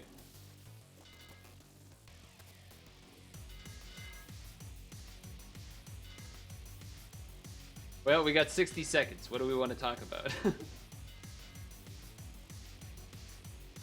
Oh, I got a hit. Okay, hold on a second. Timeout now. Timer scam. Let's go. Actually, I do see how they have more protected spots the way they did it. Mine's slightly... It's very similar, but I have a bit of a wider window, actually. Well, mine don't stick out in the in-between. But I do have a wider... I don't know. I'm winning. They can't come back. So I unknowingly made an adjustment to the build they made, and it worked better in the mirror match. So I guess we take it? Like, I don't... No, that means it's my own unique build now, didn't you know? This is actually my strat? I definitely never saw anyone do. Alright, Goth, we're taking you down now. We got the perfect build to take you down now. You ain't touching me. You ain't touching me. Unless it's based on pure HP and not percentage, but I'm hoping it's percentage. I guess we'll probably learn that here, because there's no way I'm killing it in time. I mean, we're getting some good hits, but I'd be surprised if we were able to kill in time. But yeah, this build is pure anti-attacker.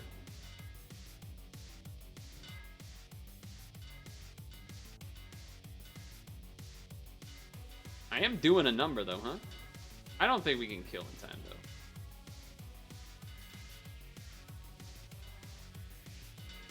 Well, either way, now it is below. Oh, hold on, we're just bodying them. We won. Kill him, kill him, kill him, kill him, kill him, kill him. Let's go. Death by 1,000 needles or whatever.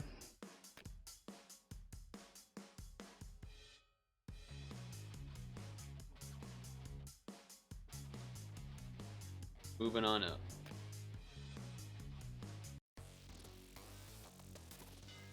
Okay. They do have more HP. We did get a hit though. Okay. We're on the board. So if it's percentage HP, we're winning. We still don't actually know the answer to that question though. The only way to know that is if I have less HP, but they have, you know, more percentage HP taken than me. Which can definitely happen here. We've gotten one hit, but if it's all we need, that's kind of exciting. Ooh, almost got another one.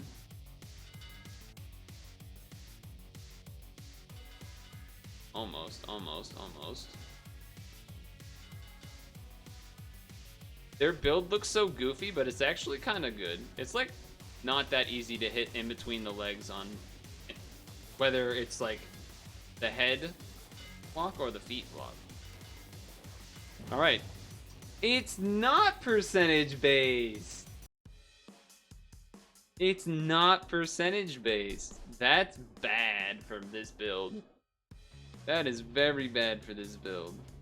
So it's pure HP based, which makes sense for why HP builds are better.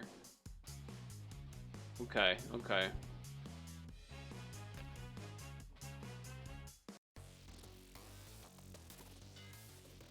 Similar build to the last one we saw. I would expect us to lose. The spinning patterns are not quite good enough here. We'd have to get to 150. That seems like a hard one to get through. I mean, we've gotten 2 hits, 3 hits. Tall order.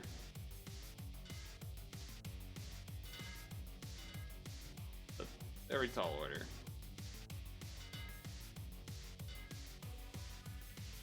Obviously, the good thing about their build is that they're basically doing the same thing as us. They're a little bit more exposed, but they got to use a bunch of money on HP, which wins all these draw scenarios. Damn, I really wish it was percentage HP, because that just means the HP pool is like really strong. You kind of have to build something with a lot of HP then. Not what I wanted to do. Alright.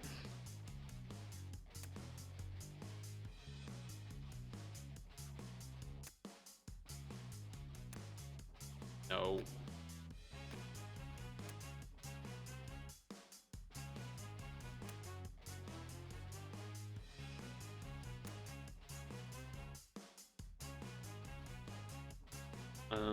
Heck.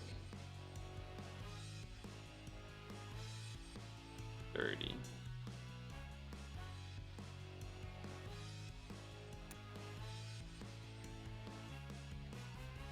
And I want to save money, so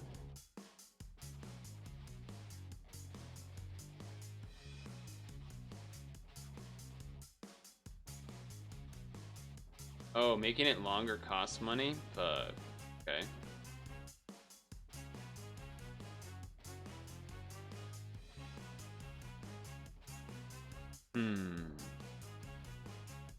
In that case, because upside down doesn't matter, right? I don't think so. 1, 2, 3, 4, 5, 6.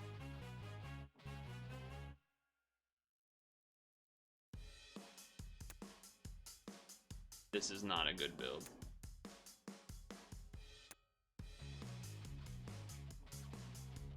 I don't think this is a good idea. I'm so glad the slider doesn't work. Let's try it.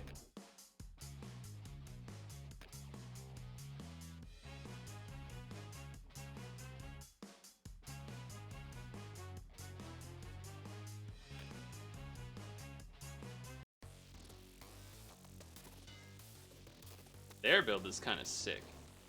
They're like, well, I guess they're not invincible. They're just... It's all like minor shields, which I guess if you're doing like if percentage HP isn't the way it works, then it kind of makes sense to not care. But they didn't have that much HP to start with, and it's looking like we're winning this. I think there's definitely scenarios where we get hit. Yeah, there we go. There's one. But we had more HP to start with.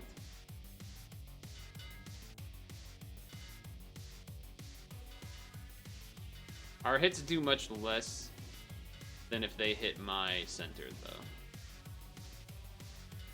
So we have more HP, though, so I think we're winning this one. So yeah, as you can see, my build is susceptible to being hit. But it has more HP. So we'll see. I don't know. We'll try this one out. We've evolved. And we didn't completely copy a build either.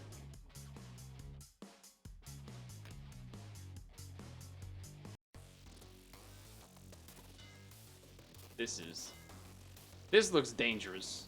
They got a lot of HP. They got a lot of HP.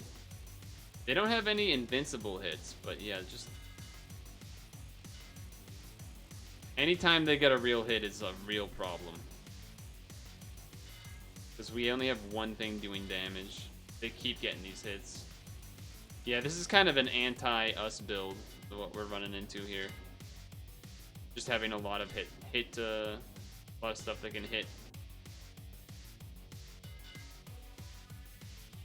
Oh, that was like the worst way that could have happened. Yeah, we're done. The loss for sure.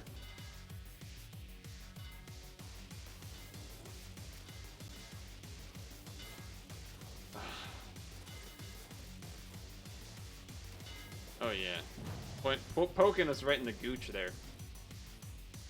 Poking right in the gooch. All right, so if I did that team against that, it just doesn't have enough HP. Man, I wish it was. I guess if it was percentage HP though, then everyone would just do 100 shield builds. So I guess that's fair.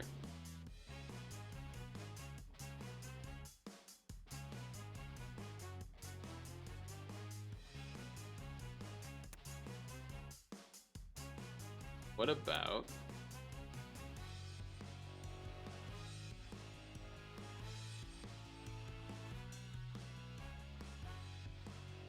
I need...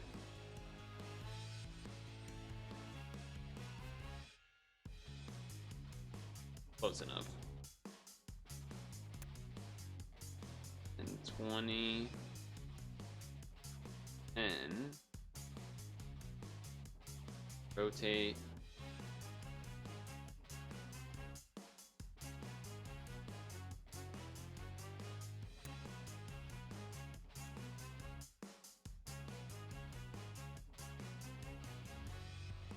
So I want stuff for HP, and I also need 4 more blocks, which is kind of the problem.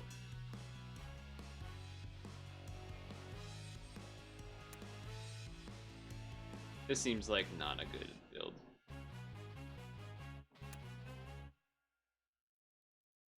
Yeah, we're left with like no money. This seems like not a good build.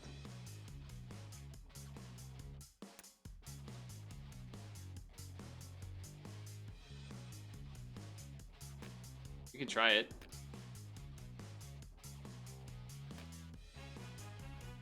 It's not max HP, but it's a lot of HP.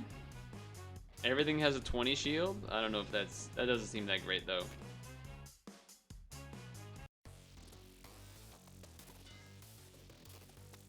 We do have a lot more HP than them, but they're kind of unhittable. Except for the butt side. But if we're just like do all of these shield hits with babied hits, then we're gonna have more HP at the end. Kinda works.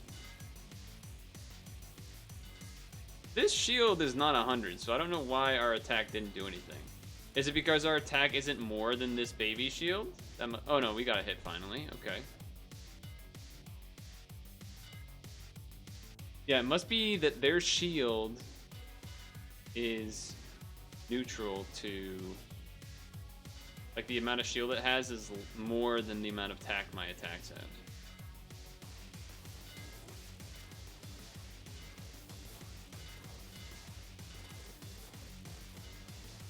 I don't get why his red one doesn't hurt me either, but whatever, we'll take it. If we face somebody with like 500 HP, I don't know how we're gonna kill him, but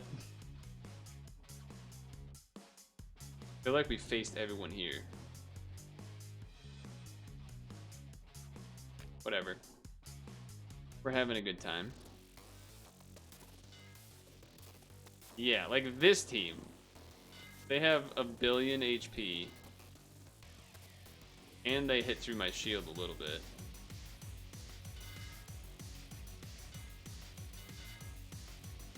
Every time I hit them, it's 10, and every time they hit me, it's 10.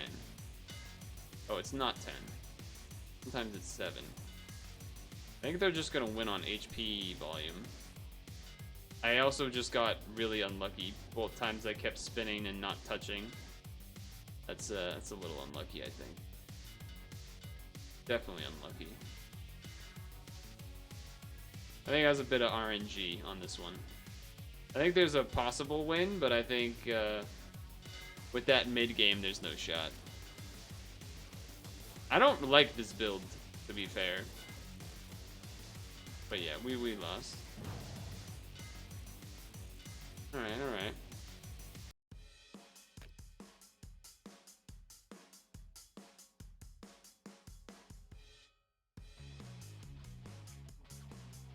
Goth again. Didn't we beat Goth with this build? I think so. Or did they have so much HP? Forget. Let's fight them again. This is where you start getting into the mind games. Or not the mind. Oh, I can't fight them because I fought them recently. Alright, what about Tonegawa?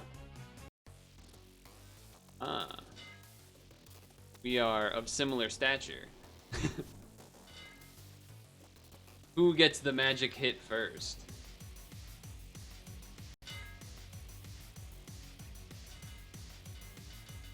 If I hit their weakest shield, do I do anything or no? What happens here? Do we draw? Is that possible? I guess it has to be. The part right here between the red and the full blank one is the biggest spot to hit. It's still very small, but it's the biggest spot to hit.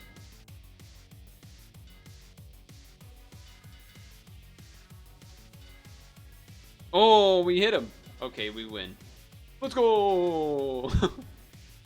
So that's why he added the rule of you can't fight someone you just fought in the last 8 battles. So that way you can't counter build stuff. That's cool. That's a good foresight by the game developer.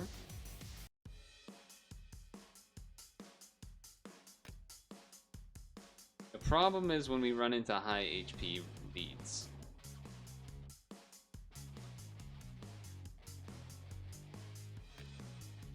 I would like to get into 1200. That would be... Oh, we've fought this guy before. And they have more HP. Damn. Oh, I got a hit!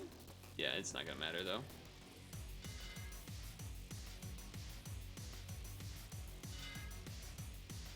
Yeah, we gotta watch this. But... That said... This has been a cool thing.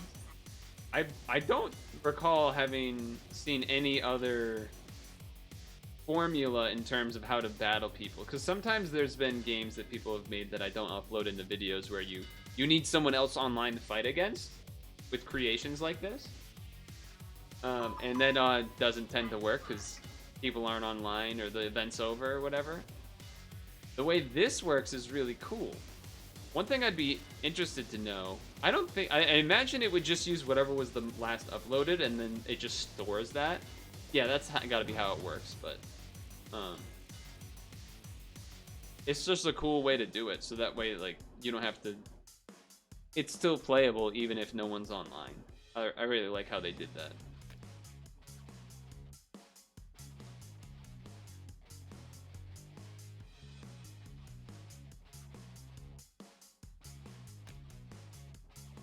We've been stuck in this gap spot for a while.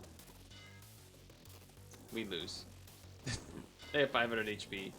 God, dude, I hate 500 HP. It's so stupid. My thing is stupid in its own way because it's like untouchable, but damn, 500 HP. This is the counter. The counter is having 500 HP. I need to hit combos like that where I hit both at once, like 1-2. I need a bunch of that to stand a chance. I mean, 20 seconds, we need to take out 200 HP. We need to take out more than that. It's possible. Not easy, though. More combos, more combos. More combos, more combos. Nah, it's not enough, not enough. Fuck, man. Brutal, brutal. Mine is 10. I don't know what to do now. This thing sucks. Having to have 8 blocks is also annoying.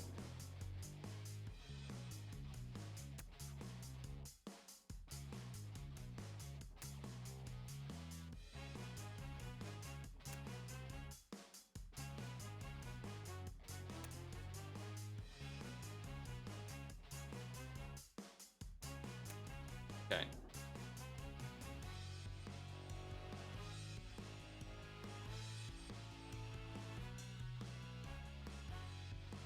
This is, I think, similar to some other builds we've seen, but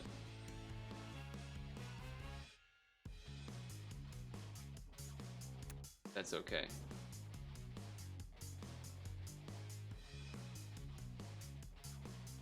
Leave the rest for HP.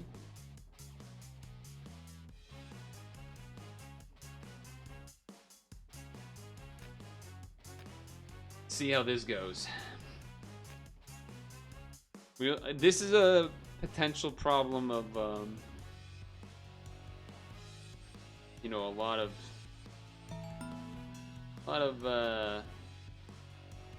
we have a lot of HP, but if we face something else that has a lot of HP, my placement is worse than theirs. Yeah, this leaves this spot so open.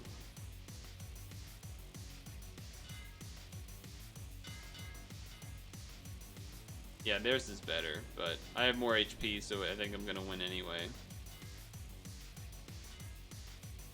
Yeah, why did I do it like that?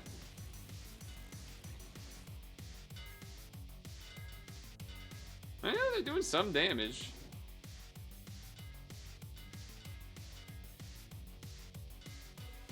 But yeah, I should probably change it a little bit. No, we win these, we win these. We win these, we win these.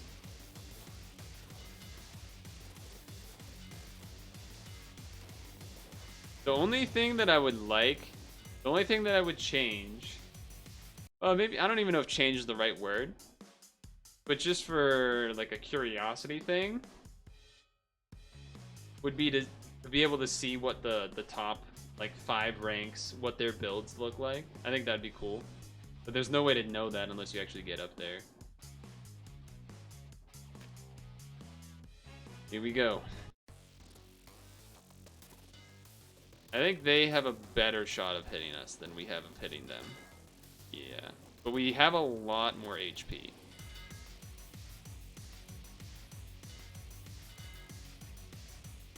So similar story to last round.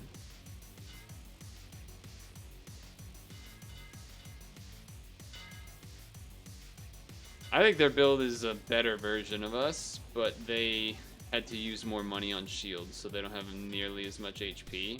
And they made their blocks on the ends a little bit bigger.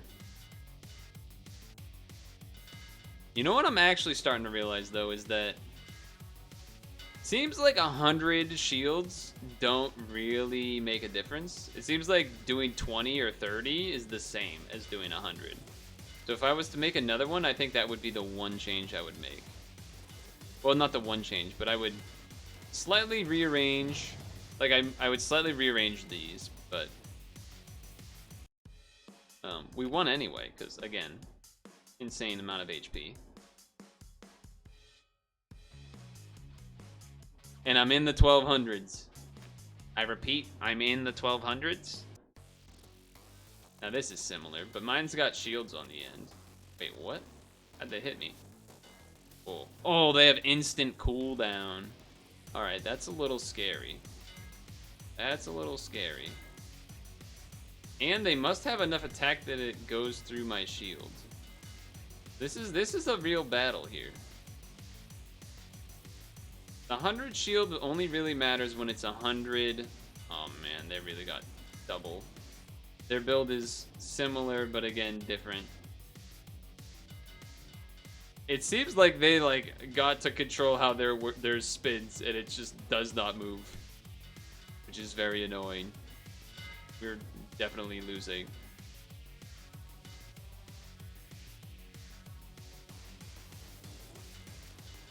Yeah. Oh man, okay, so 100 shield only matters when someone else is 100 on or full red. I think we should remake this though.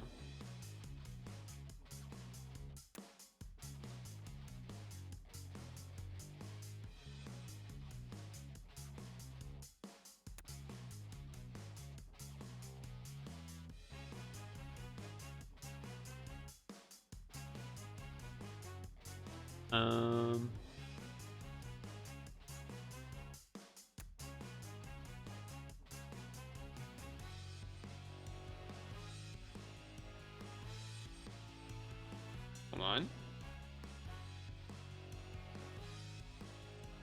Hold on. Wait a second. Let me think about this.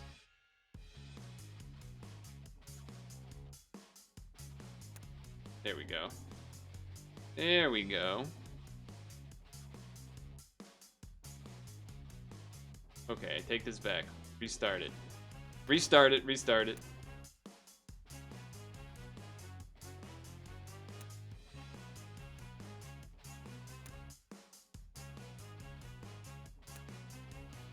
A 20 shield. Hmm.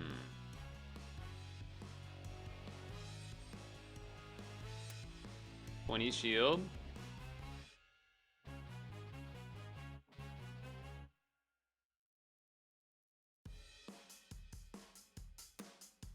Shield.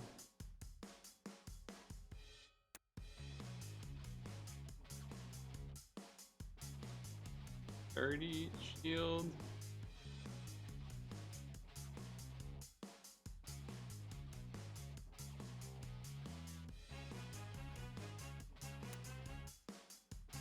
And then max HP. I don't know if this is a good idea. We're trying it though. Oh wait, we gotta upload it first. Then we gotta do it. I should have stopped when I was in 1200.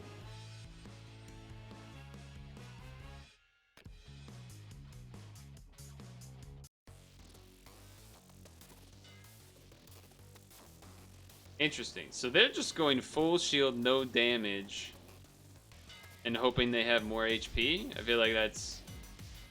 I mean, that didn't work for them. Even if I didn't hit them, I'd still be winning.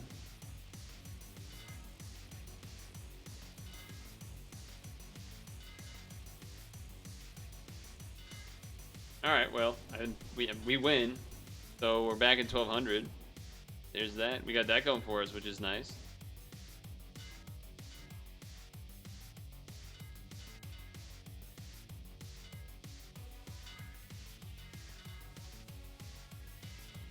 I wonder, so one thing I'm not sure is how the build affects the spinning speed. I don't know if there is anything that affects that. There's a lot of interesting details that are unknown to me that would obviously change a lot about how it works. But it's pretty neat. Okay, we're back in 1200. Do I dare? I think I do. I'm pretty sure if I lose, I'm still in 1200. We got 1215. Let's get Muji. Similar, but my shield is weaker. I have more HP. This is gonna be tough. This might even be a lot. Yeah, like the way that this doesn't spin, it seems like, but mine does. It's interesting. Okay, I got a big hit there. They also got a big hit. I'm currently winning, but not by much. I'm just like staring at this red thing at any point like, oh boy. If I could have my red side hit, please, that would be ideal. Because now I'm losing. Please stop spinning into the red thing, man. Okay. We have a chance. We just need to fucking hit with our red side, and we're not, so we're gonna lose. Wow. That was definitely winnable. That was 100% winnable. Okay, I'll stop. We'll show the final ranking. Remember when I said I needed to end earlier? Whoops. Alright, well, we're at 1200. I want to keep going. It's addicting, which is a sign of how fun the game is. But, yeah, I should stop. I'd really be curious to know what the top builds are.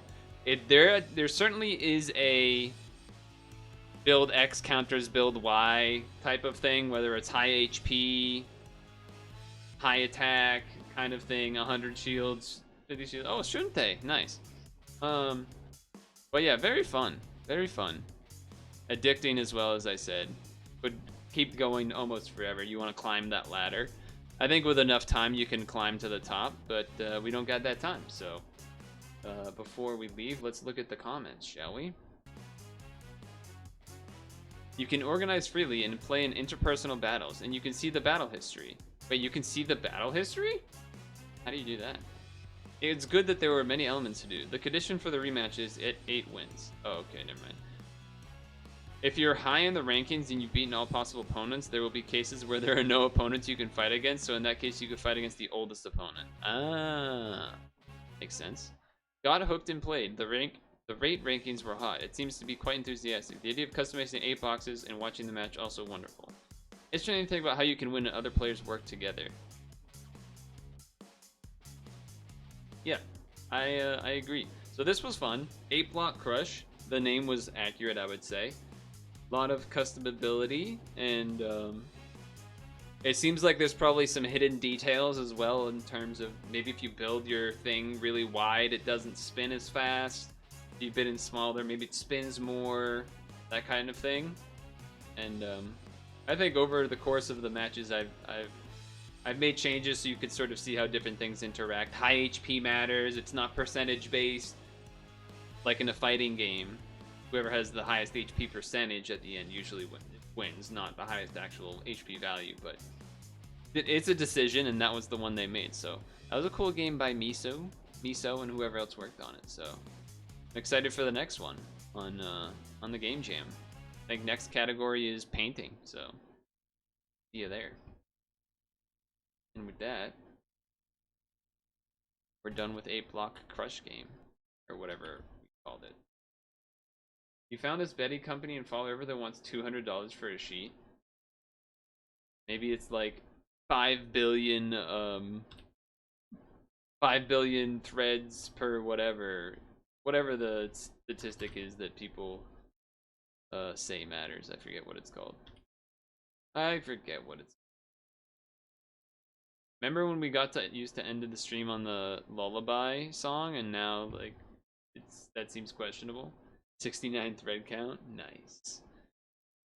I'm gonna use a new ending song.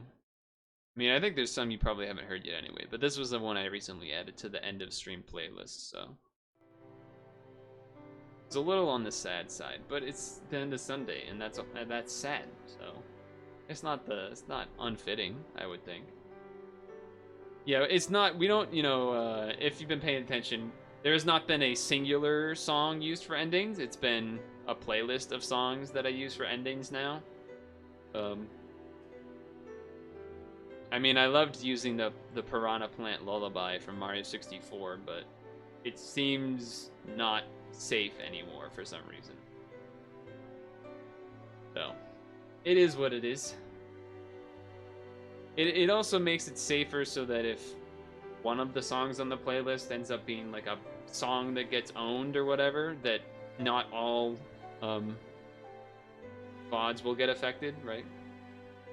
That's also part of the reason why at the end of the YouTube videos now, a lot of the time what I used to do is I would always use the Heart Gold Soul Silver radio jingle song at the end.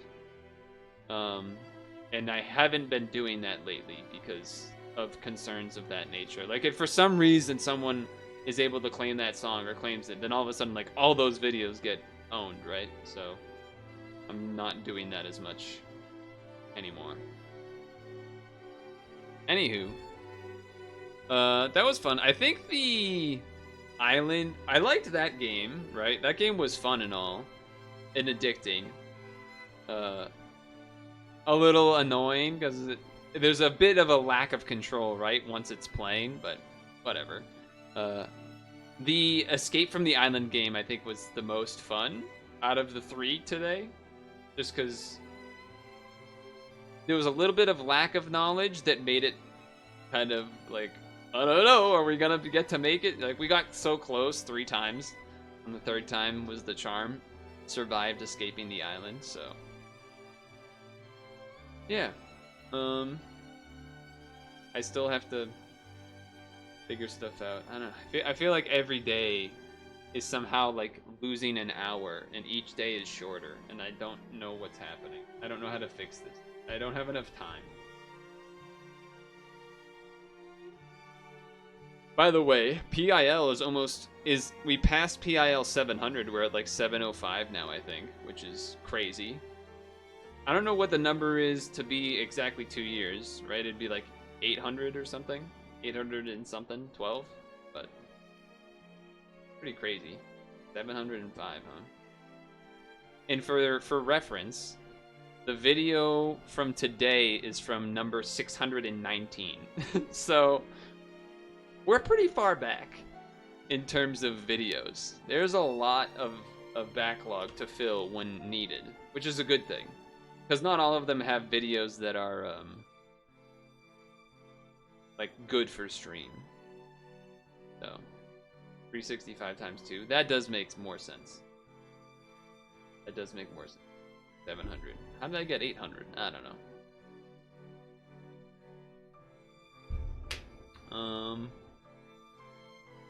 Yeah, I know. I had fun. Hopefully you guys did too. There was that section where I was talking to Randall, and I was afraid everyone was like, "Oh, he's talking to this guy. I'm leaving." You guys got a little quiet. I got scared, but I'll see you tomorrow for pad. I know pad people leave bad, etc., but whatever. Have fun the rest of your Sunday, and again, thanks to Randall for the Prime sub. But I will see you tomorrow and whatnot. Peace.